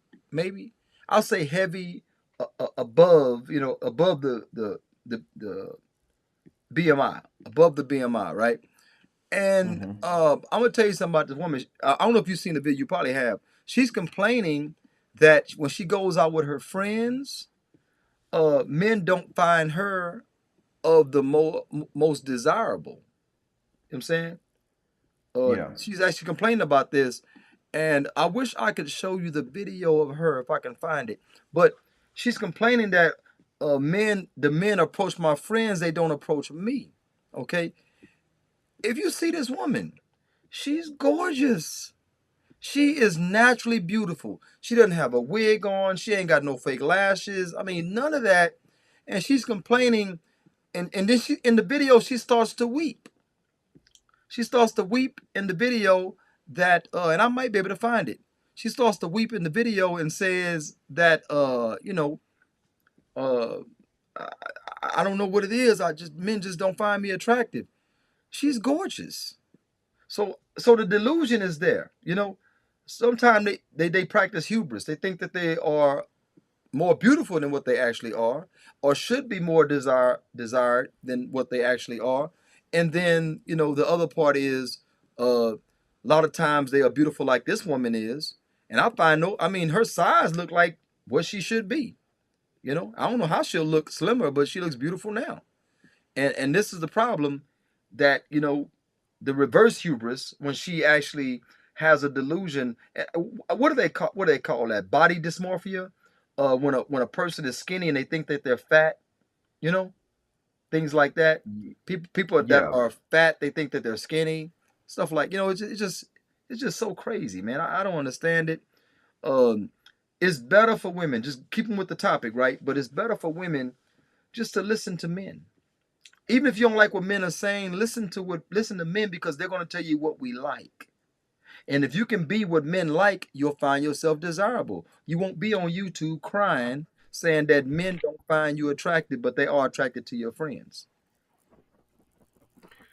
Well, they've been listening to men mostly to withhold what we like. Okay. That's what they've been doing. I mean, they'll take whatever information they can get from us, but they use it more so to weaponize against us or to withhold it. And now a very good example of that is a lady named Bossy Empress TV. I shouldn't say lady, but I keep forgetting at times. But over a year ago, we had conversations about this because she's she's an example of someone that's on that gender war stuff. Okay. Um, and she said, I don't see you men as important enough to have a gender war against you. That's what she said. But when she started to express her attitude, what she actually said, we should be difficult and give you all a rough time when it comes to having a legacy because you want a legacy, don't you? And I explained to her, well, what I'm talking about here is the fact that men and women want legacy. But Yeah. you're only talking about weaponizing it against the men. She said, yeah, but that's because y'all want it. So why not? So in her mind, whatever it is that we want is to be weaponized and withheld so that pretty much we don't get what we want in the end. That's what the whole point is. You think So they there want are those legacy? who, You I'm think sorry, legacy is part of what they desire? Because legacy. now I don't know. Maybe it's a certain segment of women, but I knew for a period of time, what they wanted was a light skinned baby. That they would choose a dude just because he was of another race. You know, if they were black, right? They Mm-hmm. would choose a dude that was uh Mexican or white so they could get a baby with good hair. I remember that movement. There was a movement not long ago. They wanted a good hair baby. Now, of course, we know there's a problem with saying something is good hair versus bad hair. There's a problem with that. But they would just do that for that particular reason. They didn't care about if the child was going to be raised with the father or not. Would the child be emotionally scarred? You know, would the child grow up in that neighborhood that she's in Farewell? You know, they didn't care about none of that. They wanted a baby that was light skinned it with good hair. It was to break the societal curse, the Hamitic curse of being black, the biblical curse of being Mm-hmm. black. They wanted to break that, you know, for at least one of their babies. But lo and behold, they found out that that white dude wanted to actually be a father. You know, they found out that that Mexican dude wanted to actually be a father. So they like, wait, hold on, I ain't do it for that. You know, I did it just to get a light skinned baby with good hair. Well, when that happens, and I don't know how long ago that was. The funny thing is that when it was, uh, when you get further east of you along the Gulf Coast, a long time ago they stopped that. Okay. They got to a point where they would accept it if they had a baby like that. But then they got to a point where they didn't want to have sons like that, and to a certain extent, even I, as a dad, didn't want to have a son that would resemble me exactly because I was that baby that they were trying to get.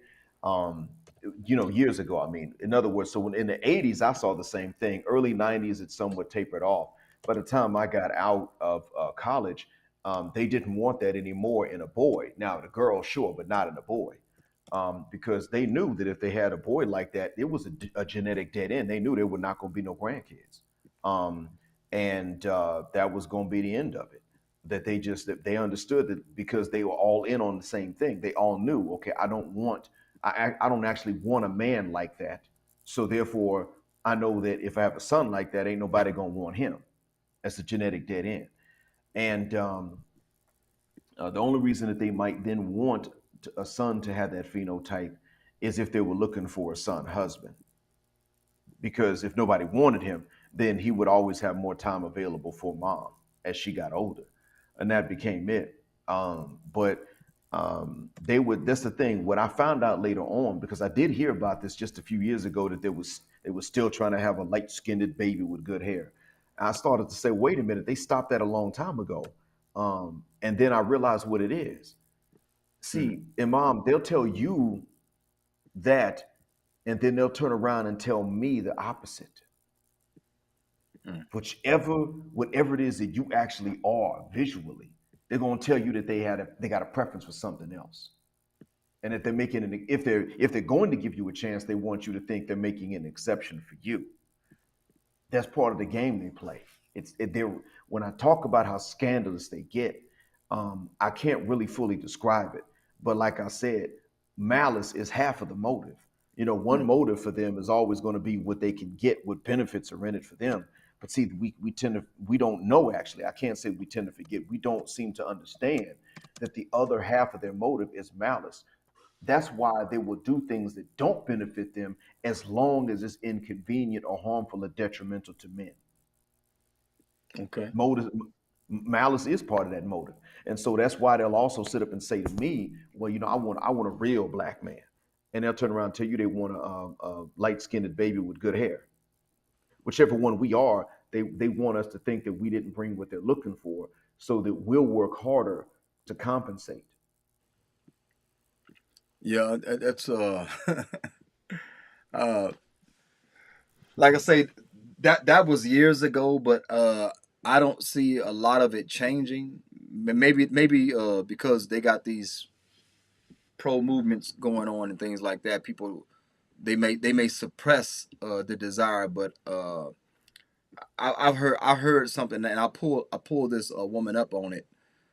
She was talking about the beauty of a certain child, and I pulled her up on it and I told her that's slave residue. That's slave residue because that child happened to be light skinned. That's slave residue. So anyway, but nevertheless, I don't want to get too deep into that, but that was the issue within itself. It was the fact that you know uh that women would not, you know they can't complain about uh being single moms when they actually had design and they were desirous of the single mom lifestyle. They can't complain about that. But if they are going to choose to be married, they need to come with proper submission to their husbands and knowing that the husbands, nobody's working with 100%. I'm going to talk about perfection because that's an attribute of Allah Ta'ala alone.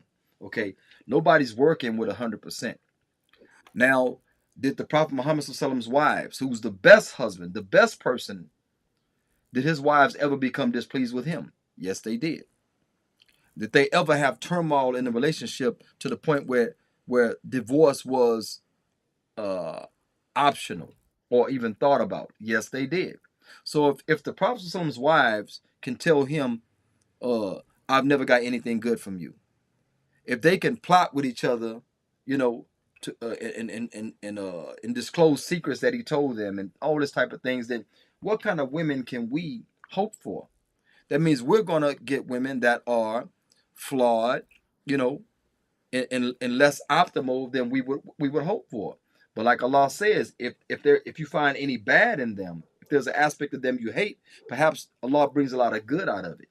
You know, Allah brings a lot of good out of it. So the same with the men.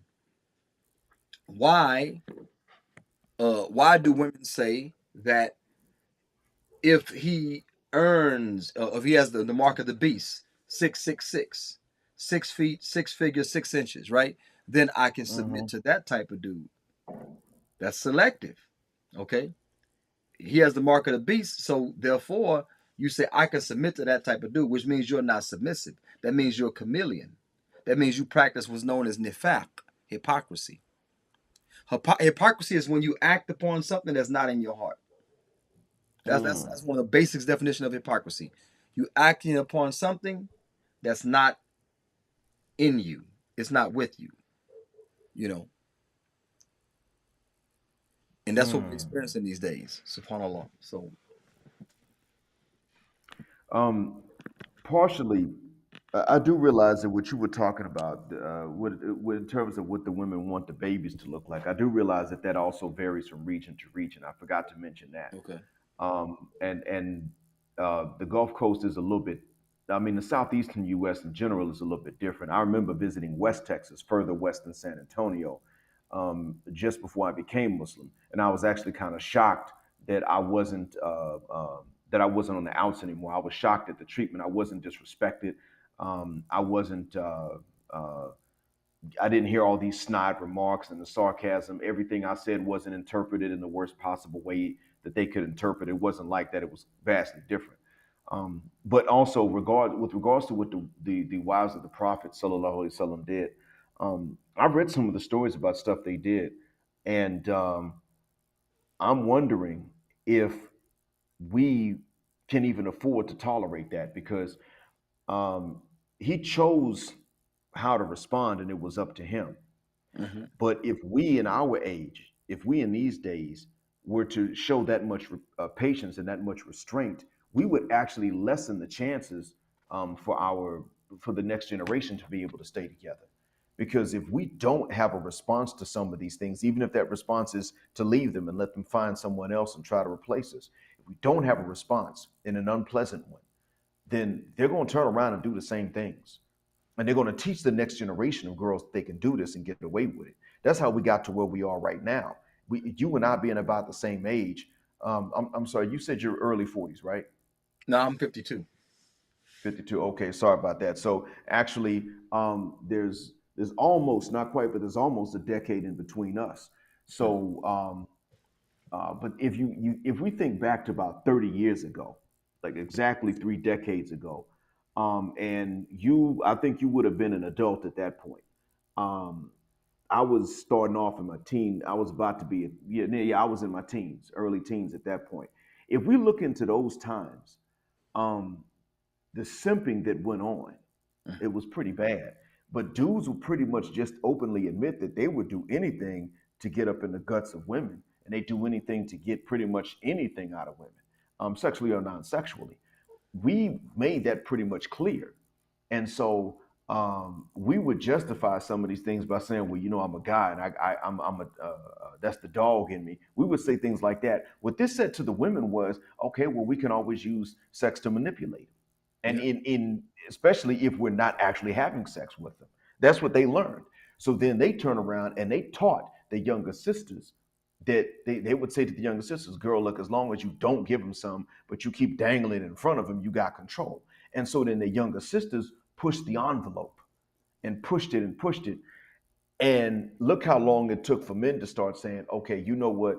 B word, I'm gonna get this passport and I'm gonna bounce on you and you don't have a shot anymore. I mean, how long did it take even Muslim brothers to start saying, I'm gonna go to Morocco or I'm gonna go just abroad somewhere, go to West Africa, but I'm not dealing with you because of your attitude. How long did that take? It took too long. And then you recently got brothers start talking about getting passports. You recently got uh, well, Muslim and non-Muslim men alike talking about the importance of the passport if you want to have a legacy because you can't have it in the West. It's just recent. It took too long. And so I'm starting to wonder if maybe we have to start saying to these ladies in today's time, if you get this manipulative and you act like this, then that's it. Is you're going to be back at your dad's house until you find someone else. Won't be my problem anyway. I can replace you. I'm beginning to wonder because every time his wives did something and he didn't leave them and he didn't strike them, they want to turn around and utilize that as if to say, well, we don't have to behave ourselves. And that's No, not fair another to women another that are one. in the Muslim world. Hmm. Another one when the Muhajirun made hijrah from Mecca to Medina. They say the Right. Ansari women used to snap back and talk back to their husbands. This is not something that was common in Mecca. Okay. Now, people Hmm. took this story as if it was okay to do so. Okay. Hmm. It took the story. Cause remember, Omar, one of his daughters was married to the Rasul Muhammad, right? Hmm. So, Hafsa. and Uthman was twice over, son-in-law. He was Hmm. twice over father-in-law. Excuse me. No, no, actually, he was twice over son-in-law. I think he married two of the Muhammad's daughters, if I'm not mistaken, Uthman. So if I'm not mistaken. Anyway, so when Omar was in Medina and his wife snapped, he said something to his wife, she said something back, he said, when do you start doing that? When you start talking to me like that? She said, well, the women here do it, and even your daughter doing it to the Rasul. So Omar stopped everything and went to correct his daughter by talking back to the Rasul. So again, Sallallahu Alaihi Wasallam. So again, regional women will learn habits, that are not common in another region. That's why the passport brothers, like Jawad was talking about, is a growing movement because we're finding out regionally if we don't like a lot of the Western customs, then we can actually move ourselves around. We can move ourselves around and get somebody that's more family oriented, somebody that be more appreciative. I know when I went to Morocco, I went to the poorest part of Fez to find a wife. I went to the poorest part of Fez. Now, why did I go there? Because women like that, I can be more. They'll be more appreciative. Not only that, the allowance I give her will take care of her whole family. You know what I'm saying? Hmm. Her dad, when I was there, a couple of times I visited. When I was there, her dad worked graveyard shift. I think on the dock, he was doing something. older man, older than me. So um, we would go and have Shebe Halib, in the morning, tea with milk, in the morning, and we would go past the pastry place and get something and go to the mahid, the cafe, and sit down and have breakfast with each other, or just tea and dessert. Every time he got for work, he wake me up, stick, stick. Sound like he's saying stick, stick, stick. You know, I Yeah. need Shebe Halib. You want milk and tea and milk. So we would get up, and this is after Fajr's already done. So I lay back down because really ain't nothing to do in Morocco like that. So I lay back Yeah. down. So he'll come wake me up after Fajr when the sun is already up, and we would go do our routine. And sometime I would just hand him, some money, some Moroccan money. He'd be like, no, no, no, no, no, no. He don't want it. And I'm like, no, no, take it, take it. So we would take it and things like that. And I'm sure I was giving him more than we was getting paid for that night. But that was the whole point of me marrying somebody poor. Not that I can manipulate her or use my money to get obedience and submission. No, that was not it. I used to think big simp, big simp. You talking about simp? I was like on another level. I told you I'm recovering, right?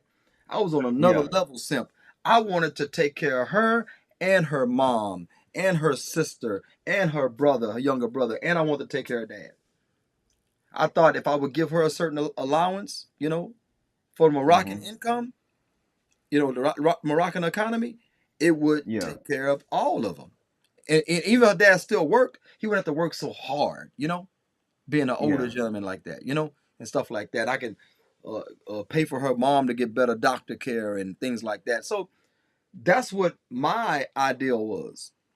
That's what my ideal was, and you just can't find it here. You'll find somebody poor here. Their shoes cost more than your suit. Poor people here buy $500 shoes. Poor people here buy $1,000 purse or better. Poor people here, Hmm. they Yeah. got that sense of gross materialism. And they think that they are more valuable. They are more valuable as their person's shoes.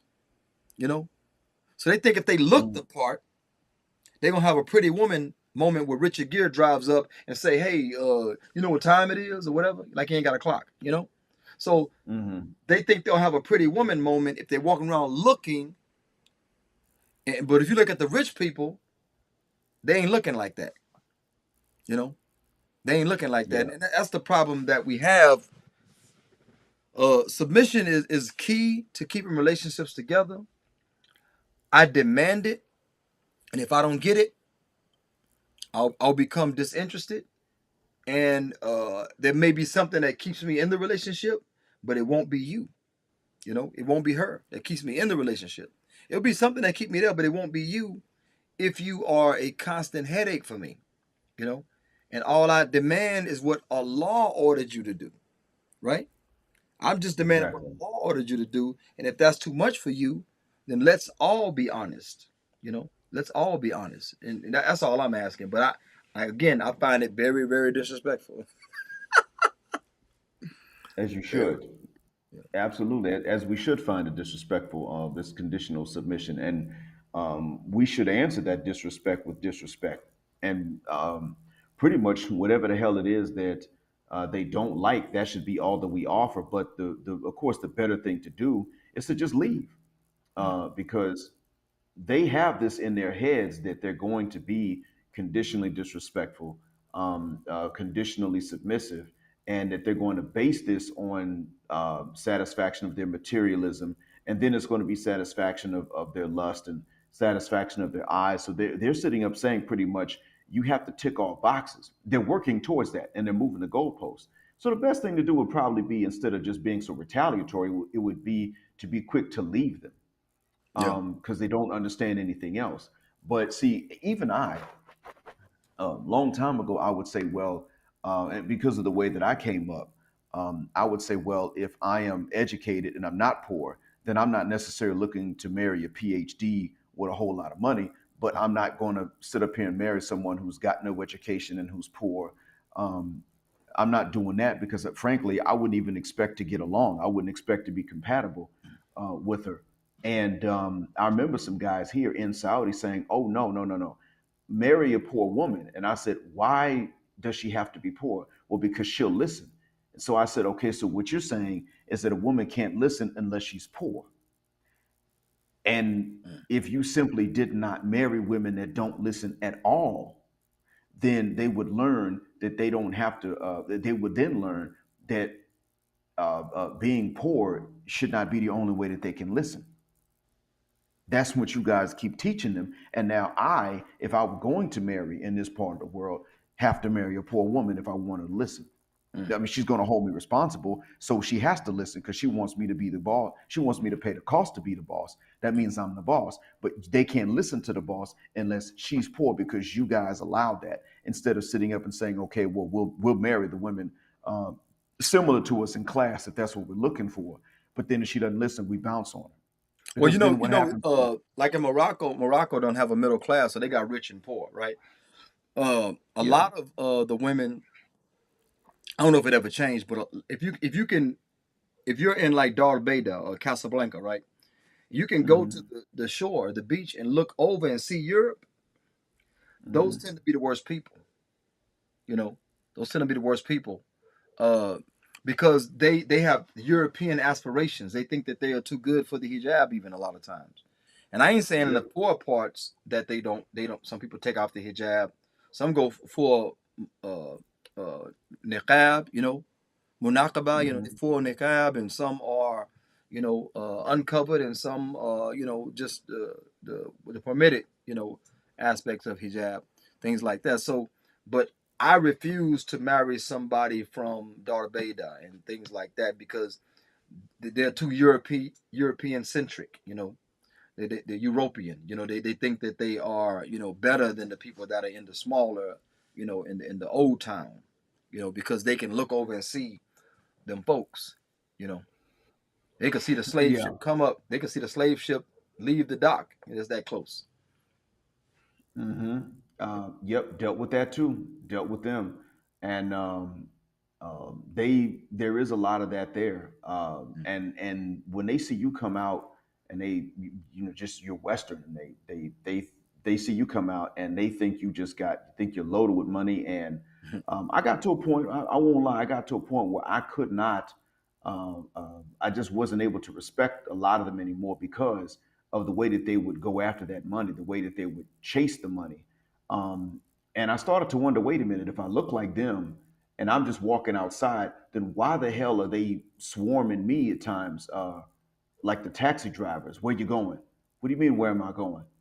And lying and telling me that things cost more than they actually did, and wouldn't tell me the truth about the price of a bowl of soup and things like that. I remember saying, okay, that's it. I'm done with the country, but I wasn't done with my wife. I wasn't done with her until she was done. Um, but it got to that point where, honestly, man, Morocco pushed me away. And I remember the last time I went, they were cracking down on the niqab. That was 2017, early 2017, and they were cracking down on it. And I was actually told that my being there was causing it was dangerous to her.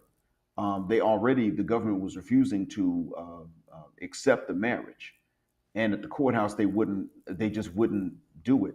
We were obeying over the rules, but they were pretty much saying, yeah, but see, you, meaning me, you're still legally married in your home country. Get the divorce first. And I would say, but your laws don't even require that. Yeah, I mean, there is one in process, but it's going to take time. And your laws don't even require this. Why can't we go by your laws? Well, you got to see a special judge. Yeah, but why don't y'all tell me where his office is and what yeah. his office hours are? And they gave us to run around that one courthouse.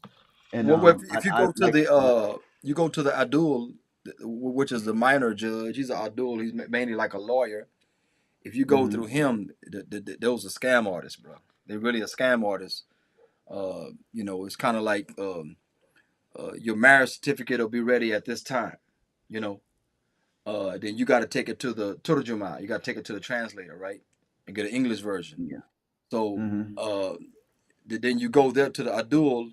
He says, "Oh, it's not here. It's at the courthouse." So you go stand in line at the courthouse for 2-3 hours. Then the people say, "It's not here. It's at the Adul." So you go to the Adul. Adul say, "Oh yeah, yeah, yeah. It's gonna be here in a little bit. I need $30. Get $30." Then you go back the next day. Oh, it's at the courthouse. Go to the courthouse. and every time you go back, he want 20, 30, dollars. It just bloodsuckers, man. They're bloodsuckers, so they're Exactly. not going to make it easy for you. That's why a lot of people are hiring independent lawyers to go through that whole process. Because they ran us raggedy, man. They Oh ran us yeah, raggedy. and it was one of those lawyers that actually pulled me and my friend off to the side and stated the government would rather you have a girlfriend than that you marry polygynously. And he said he pulled us off to the side and said nobody here can get around this. Even though it's legal to do it, nobody can get around this. There's not enough money for that, to be honest with you. Your best bet is to go ahead and marry in another jurisdiction and just have her carry that marriage certificate around, because it's not they're just not going to relent on this. And that was the second to last time I went there. Um, and so last time that I went, we didn't even try to go to the courthouse, and that was when that was around the time that they were cracking down on the niqab. They were going to stores to make sure that nobody was selling the niqab, but they were walking Wow. right past liquor stores. And Yeah. I insulted the king for that, and I can't. I assume that I can't go back because at the Yeah. time I insulted him, it was just a few hours before I was getting ready to leave. It was based on what someone told me, but I never went back. Never did. And the next time that I went to Africa, I went to South Africa, and I had my mind made up. I wasn't going to what they call White Africa ever again, Okay. um, because of that. And to this day, I've never been back to any part of the North. I pretty much have the reverse brown paper bag test discrimination to determine the parts of Africa to which I'll go. Because in West Africa, they don't get involved like that. They don't say, okay, well, you're going to we want to appeal to France first before you can marry according to Islamic law. They don't do that there. And I pretty much at that point I was done with them. And there's going to come a day when I'm going to be done with the Gulf too. And the Gulf will probably be done with me. I don't know when it is, but that day will, with the Saudization that they're enacting now, that day is coming at some point. And so it's sad to say, but when it comes to hijrah and a lot of young Muslim brothers in the West looking to start legacy, this is not going to be the place for them to go. This will be the place to visit for Hajj Yeah. and for Umrah, but this will not be the place for most of them to go. Yeah. It's very safe, but they're just going to have to go to other Muslim nations like maybe Indonesia or Malaysia, or southern Philippines, areas like that. Well, But that, this that's Gulf, the better that's the better bet if you're looking for submission, because like I said, if you listen to the modern woman, they'll say submission is only something that lesser women do, or women that don't know their worth. But mhm, but the exact opposite is actually true, because women that know their worth are the most submissive. They know their worth. I know that my wife could, uh you know maybe I'm more of a burden on her than a benefit. Because mhm, she earns more than I do, right? So, but what I provide, they don't sell that in the stores. You know what I'm saying? And right, Amazon hasn't caught up to what I provide, and things like that. So, with that being said, uh, she's submissive because she knows her worth. But if you listen to the women that are not submissive, they'll say, "Oh, they're only submissive because they don't know their worth." So it's like they're using the same words, but the intent is far different. The intent is far different. So yes, the Asian, like say Philippines or Indonesia, Singapore, uh, very very good stock, and they are raised to be wives. They're raised to be wives. So that like I said, the passport brothers and people like that, there are options out there. I don't think the women should be abandoned altogether, because not all of them are on board with this new wave feminism stuff. They're not all on board with it. But it's kind of like when I was a blood, uh, everybody in blue was suspect. That include the police. So I had my guard up and my hand on the trigger. You know, every time I saw somebody in blue, when I was in a blue blue centric neighborhood. basically.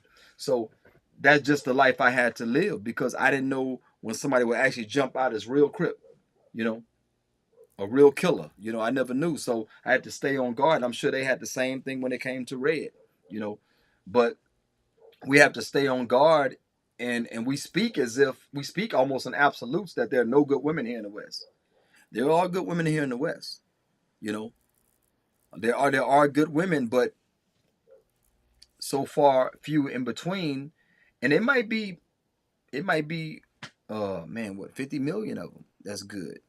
But we don't know them. We don't see them because the waves, the airwaves, the podcasts, the television shows, the so-called reality shows are dominated by the type of women that we do not desire. Those with selective submission that says, I can submit to a man with the mark of the devil, 666. I can submit to him, but if you are 5'11", I'm going to be less feminine, less submissive. If you make 90,000, okay, I'll deal with you, but you're not my ideal dude. And if I take a job and I happen to be on break with this ideal dude, I might lay across the lunch table or lay across the break table, to see what me and him can go, you know, even behind the husband's back, which is so indignifying. Like I said, the guy that you knew that was being shot at, the bullet should have never stopped flying on him until he rested beneath the soil, you know, and things like that. So that is highly disrespectful.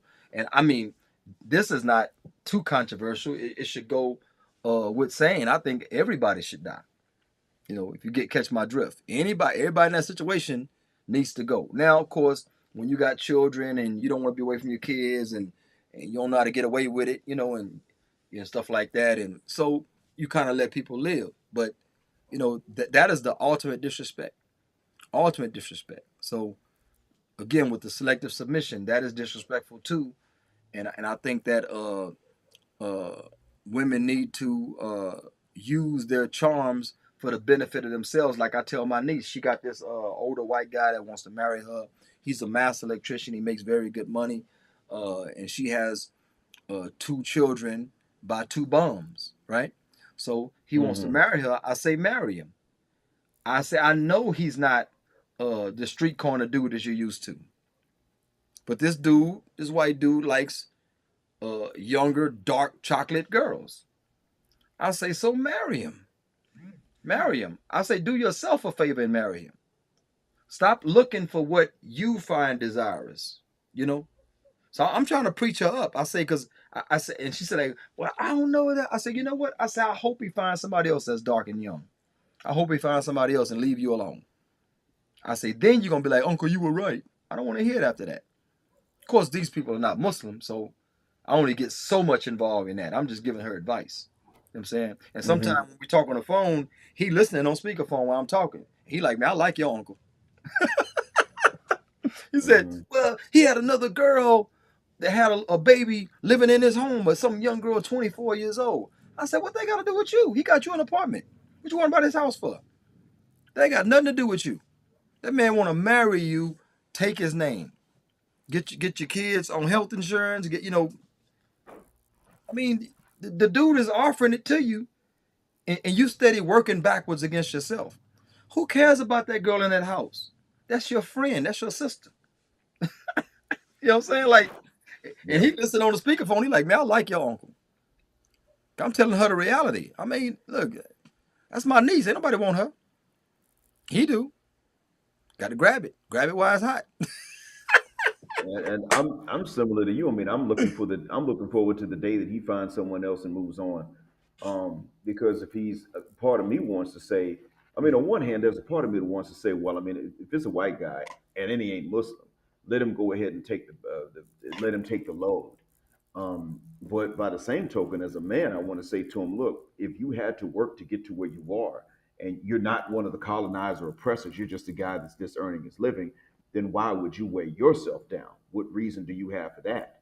Yeah. And uh, in all honesty, they have to be left alone. They've got to be left behind because she, like you said, she has a thing for bums. Yep. Those are the ones that have gone into the next generation with her help. Um, and so I think if the police uh, ain't being called, she get bored. there you go. Exactly. And so if that's what we're dealing with, then then this it's time for men to start saying, actually, it's time. It's been past time, especially for black men and especially for black Muslim men. Especially, we should have led in this. It's time for us to start saying to these women, "F what you want, or damn what you want, because what you want is wrong anyway, and you want it because it's wrong." So we're not sensitive to what you want, what your preferences are. Forget about that. We're going to start looking at what we need to do for you and focus on that, and that's it. And I then have. when you I have had that conversation. They are not trying to hear it, brother. They steady. They're working backwards against themselves. And that's You know? part of why it is that we should be leaving them, and more of us should get into passports in other areas. That's part of why it is that we should be doing this in greater numbers. And I think the Muslims should have led in this, to be honest. But that's water under the bridge. However, it's like you said, we know that not all of them are bad, but when are the good ones going to stand up and tell the bad ones you screwed up and you're running off the good one? As a matter of fact, the good ones, oftentimes they're indoors, which is not wrong, but oftentimes when I say they're indoors, I also mean they're unwilling to compete. Oftentimes the good ones, they're just not willing to compete to get any of these guys. They're not willing to, and it would be easy for them, but they're just not willing to do it because they're still looking for the approval of the hyenocracy. Mhm. Maybe they just don't want the attention of the hyenocracy, and that's understandable. But they're looking for the approval of the hyenocracy. They're not even trying to sneak towards the good men and say to them, "Hey, listen, you don't have to go for these bad options out there. Those are not the only options. You just got to be slick about it." They're not even doing that. Instead, what they're doing is they're keeping their mouths closed. Yeah. And when they keep their mouths closed, the hyenas see them and come to them and say, "Girl, look, you got all this going. You too good for any man." And then they believe it, and then they become Yeah. part of the hyenocracy. Yeah. So, yeah, of course they exist, but they're going to need to be a little bit more proactive, because even the good ones have certain things that they wanted. Even the good ones wanted to be able to earn their own money, and that wasn't wrong. But I mean, there are things that are bad about even the good ones, and they're not trying to get rid of these things. And oftentimes, the good ones, let's be honest, by the time a good one is willing to be vocally good, they usually done hit the wall. Yeah. When you were speaking, that's what I was thinking about. I was like, uh, the young good ones are buying into, they drinking the Kool Aid. So you can't Hmm. separate the bad good ones from the young good ones. Now, if you watch them shows like Pearly Thoughts, or what the white girl Pearl, Just pearly things. or just Pearl. Okay, if you watch that show, you'll see that uh some women don't agree with the most vocal ones that are saying all the wrong stuff, but they won't be as vocal. And if you watch Fresh and Fitna, you'll see that at the table, you know, some women to be two or three of them just making the show miserable, more miserable than it naturally is. And you got one or two that are sitting there just silent, not really saying anything. But when they go in a circle and say, "You say something, you say something, you say something, let's take turns," then that one says, "Well, I agree with Fresh, I agree with Fit." They'll, but the ones that are most vocal, when before they hit the wall, the ones that are most vocal are overshrouding and out preaching, and the octaves are higher than the ones that haven't hit the wall, and they're not as vocal. So they need to really speak up and say, "Look, us, we good." You know what I'm saying? We good. I put a profile, I don't know if you remember this one. I say I'm not putting a picture. I say, but this woman is absolutely gorgeous. She's absolutely gorgeous. And she said she had a couple of kids. She was 30 some years old. And she said that, "Look, I don't care if you work at Burger King, long as you got a job. I want somebody like this. I want somebody like that." It was nothing overbearing. There was nothing that was delusional about her profile. And what most impressed me is when she said, "I don't care if you work at Burger King, just be gainfully employed. Don't be a criminal." You know what I'm saying? And Hmm. that just shows. And this woman was well off, based on her job. They tend to spend nonsense, sensibly. So it doesn't make a lot of sense the way they spend. So they tend not to save a lot, and there's almost no investment. You know, the investment is in the next paycheck usually, because women tend to buy frivolous things. You know, the purses, the this, that. I don't know how she shop, but I'm just saying women that earn a lot tend to spend a lot. You know, that's why they stay in debt. But the whole point is that the Burger King thing got me. She didn't have this mark of the beast delusion. You know, she looks Yeah. like a woman that a dude with six figures be like, yeah, come aboard. She looked like that, but Mm-hmm. she was 30 something. She hit the wall. You know, she got two kids, but she understands the reality. You know, her knowledge of fiqh is nice. She got the fiqh of reality. She understands it, and she said, "Look, you can work at Burger King. I just want you to be a good dude, not a criminal." And I found that so refreshing. So they are out there, but this is one of the ones that hit the wall. You know, these Yeah. ones that hit the wall. Exactly. So yeah. Exactly. I That's wonder how she that's feels about okay. polygyny, though. I wonder how she'll feel Mhm. about that. Not for me. I'm just saying, you know, how she would feel because a lot of times, you know, when you got kids and you got this, you got that. A lot of times, you know, you can find a man because, like I say, men with more options exercise options. You know. Hmm. Well, she, like you said, she hit the wall, and while that's not necessarily a problem for me, that still is an issue for most guys. And most of them, especially when they're not already married, they're going to say, "No, never mind. It's too late." That's, I mean, great you woke up. Better late than never, but it's still too late for me. And so, honestly, what I've seen is that I was once listening on a live stream. I was part of the live stream, but there was a lady that came on and she said, "I'm not really looking at the man's money as long as I don't have to spend mine on him." Okay. She was saying, "I can look after myself. He just can't. I don't. I just can't afford to be looking after him. I already got a son." And Yeah. the other women begin to ride on her. They begin to clown her just for that, just for being reasonable. I can imagine. I can imagine. Exactly. And so they're going to have to get to this point where, just like they want us to choose for ourselves, especially if we like them, but we're listening to our friends tell us, "Man, you don't want to go that route," and they can't stand that. Well, they're going to have to do the same thing. Matter of fact, it's more important for them to do that than it is for us, because if our boys are telling us, "Leave her alone," that's going to be because they see something. Whereas if their girls are telling them, "Leave him alone," that's going to be because they just want the competition, and they're just trying to make things difficult on the average man. So it's not the same. So it's more important really for them to learn to stand up to their peer group than it is for us to learn to tell our friends, "Mind your business." And the thing is, we still do that. We tell our friends, "Mind your business," and Oh they yeah. don't say this to their friends. So they deal with all kinds of and I'm talking about the good ones, the ones that generally mean well. They still give in to these worst influences, and that's not okay. Well, I mean, they want to. It's the girl code. You know, the sister code. They don't want to break it. They don't want to break it because I can imagine those that dissent and those that break ranks, like on Fresh and Fit and podcasts like that. I think that they may not fare well in the parking lot. You know what I'm saying? Because these women are, you can tell they be like all nice and I don't know when the last time you saw one of the shows, but sometimes I get a clip in my algorithm because of Hmm. the clickbait. I'll click it just to find out what did that person say, and I'm it's mainly the Frank Castle. You know when they kick him out, right? So Hmm. what happened was the woman is like, well, you know, I mean, soft spoken, right? And then Hmm. he said, well, well, if you don't like it, you can leave, right? Yeah. I'll get somebody to shoot this place up, and I'm gonna call my niggas, and I'm like, the demand just comes out of them because it's all a facade. It's all fake, you know. It's just as fake as the eyelashes. It's that femininity and things like that is it's all fake, you know.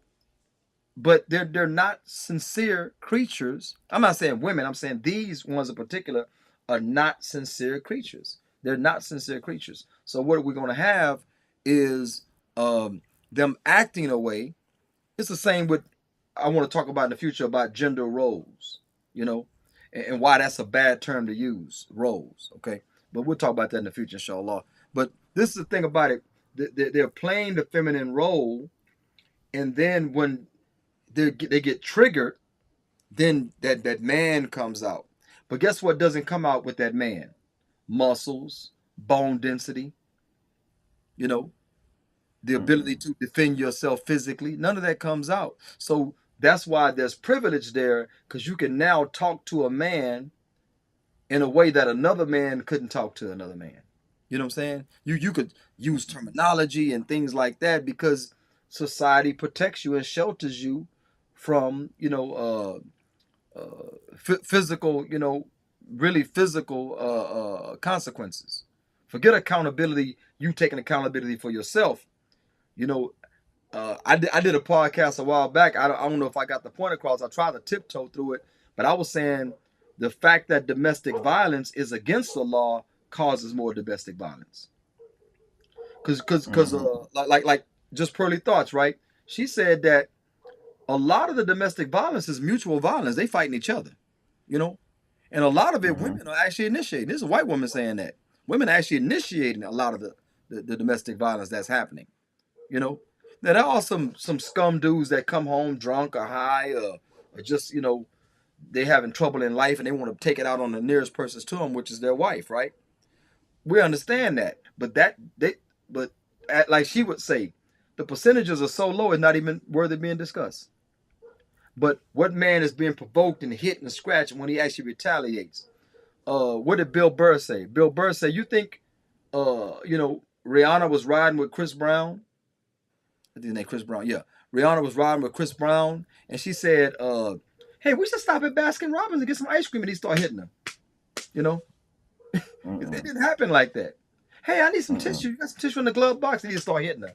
It didn't happen like that. So she probably was talking. I'm gonna mess with your friends. I sell more albums than you. You know, he came up with a bunch of scenarios that she probably was really getting at this dude before he snapped.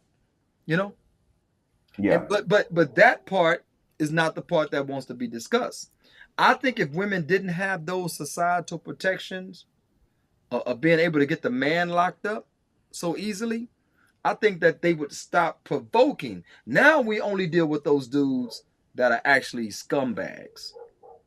Now we only deal with them. Well, any man hit a woman ain't a man. Oh, he's a man. It's on a police report. He's a man. Mm-hmm. It's You don't not become a man because you hit a woman. I give you a hadith right now that Muhammad Sallam hit Aisha. You're not gonna like it. It's a well-known hadith. oh, he did strike her. Yeah, in the chest. And Mm. the simp scholars say, no, brother, it was more like a bush. He bushed her. You know. I say, okay, but Bush. Yeah. that bush, she said it hurt. Aisha Anha Mm. reported it hurt. So you can say he bushed her. His bush apparently felt like a lick because she said it hurt her chest. But we're not Mm-hmm. going to talk about that because there's another hadith where Aisha Anha said Muhammad never hit a woman. Apparently, she reported that before that last incident when she left the house without permission. Mm. And that's why he struck her. Yeah, And that was why he he struck her. clearly She struck left her. without permission. He clearly struck her. She left Mm. without permission and she lied about it.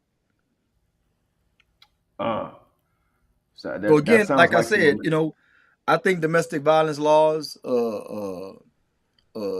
Corey Holcomb, one of my favorite comedians, said that these domestic violence laws are making it very hard for us to discipline our women. It's causing a lot of divorces because you know how many divorces happen or relationships were ruined because a woman called the police on a man. You know how mm. many women jumped on top of the police back because of the way they responded to that man? They started hurting that man. The woman jumped on the police back and got locked up too. A lot of instances like that. I know brothers that jumped in trying to help their sister fight off the boyfriend, and the sister started hitting the brother. I mean, Mm. we're dealing with an unstable creature. I ain't talking about all of them. I'm saying we're dealing with some Yeah. unstable creatures. So I'm telling you that uh, I don't know what the solution is. Islam is my solution.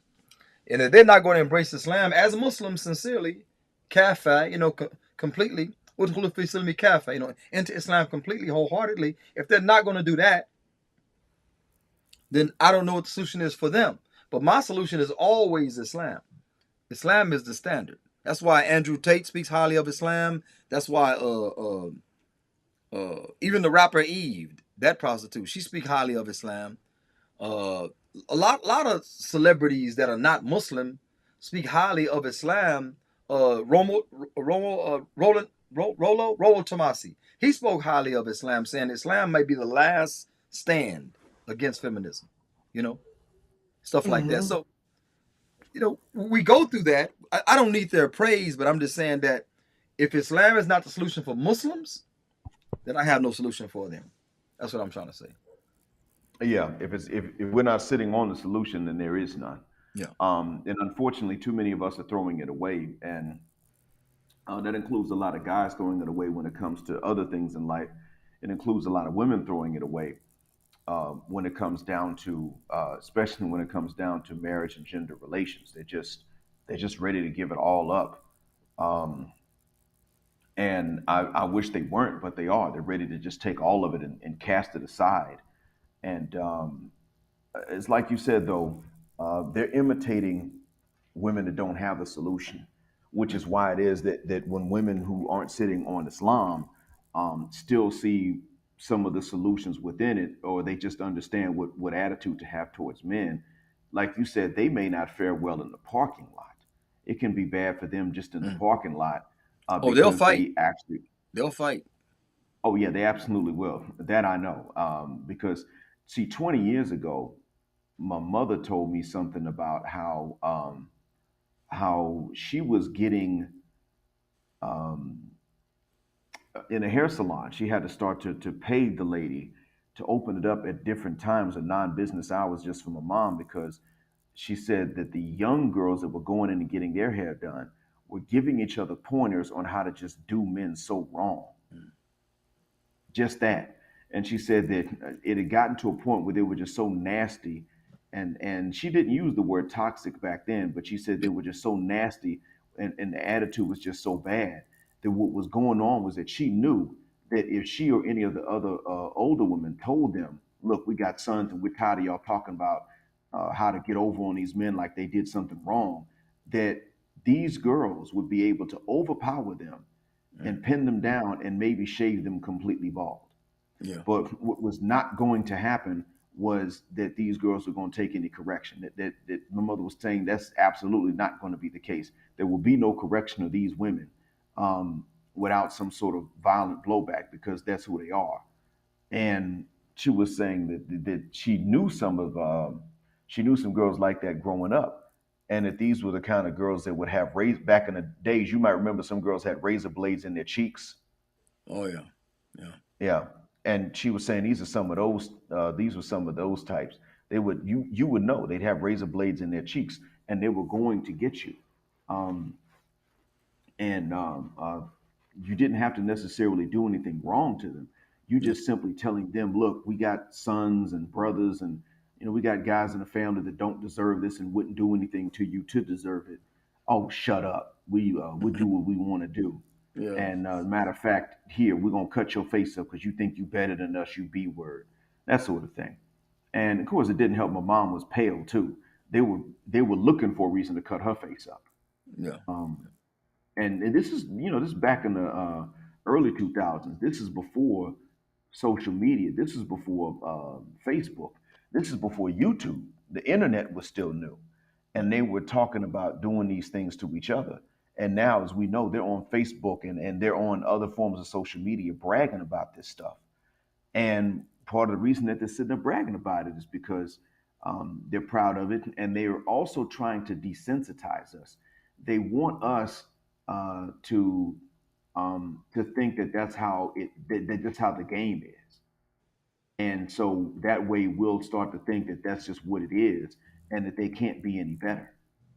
They've been doing that for a while, and it's worked. They got us thinking that they can't be any better. They got us thinking that there's nothing else that they could do.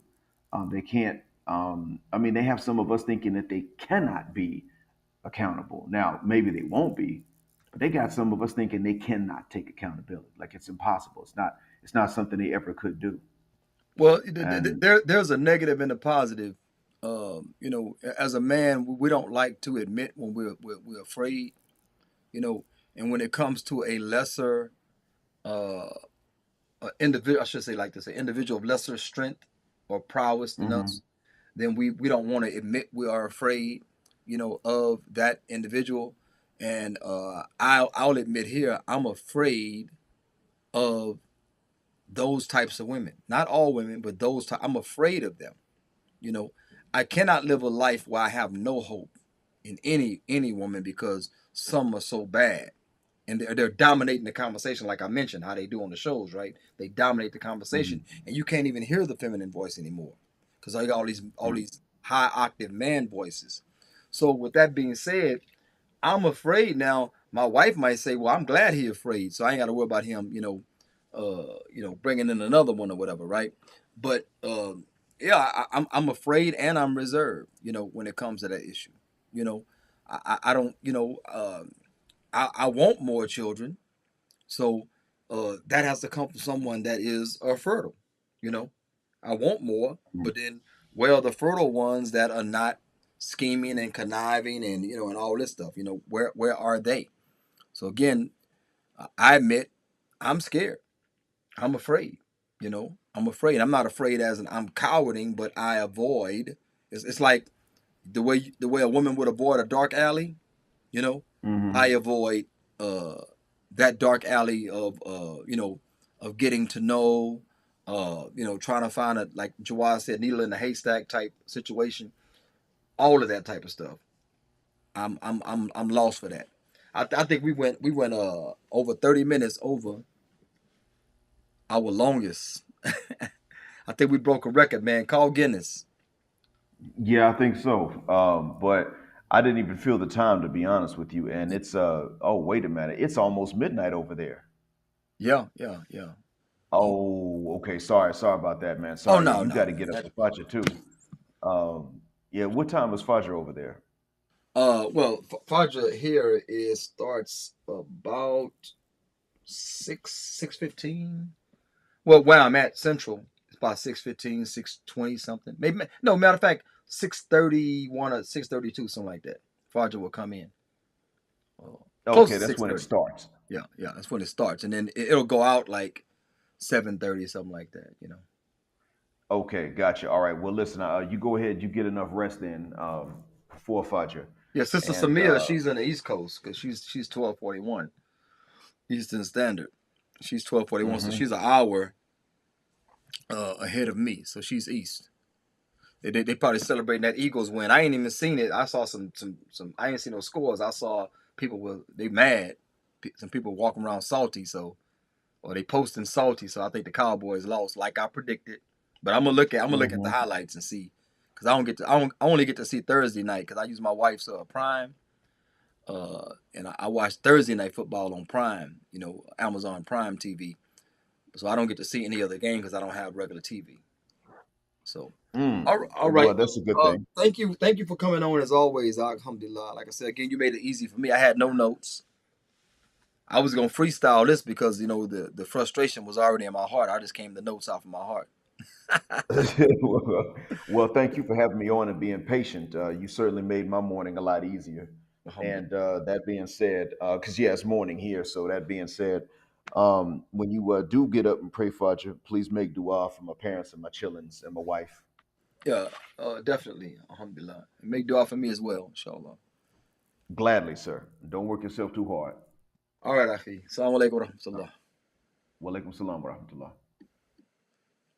So, that was uh the show. We went over time, and I appreciate you people, Jawar, Samia, and others. I could see numbers in the room on the live itself, and you know, uh, appreciate you guys sticking around for this 2.5 hours of chat. I pray that we said something that opened your eyes, even if you disagree. Let's have dialogue and let's discuss it further. You can discuss it in the comments.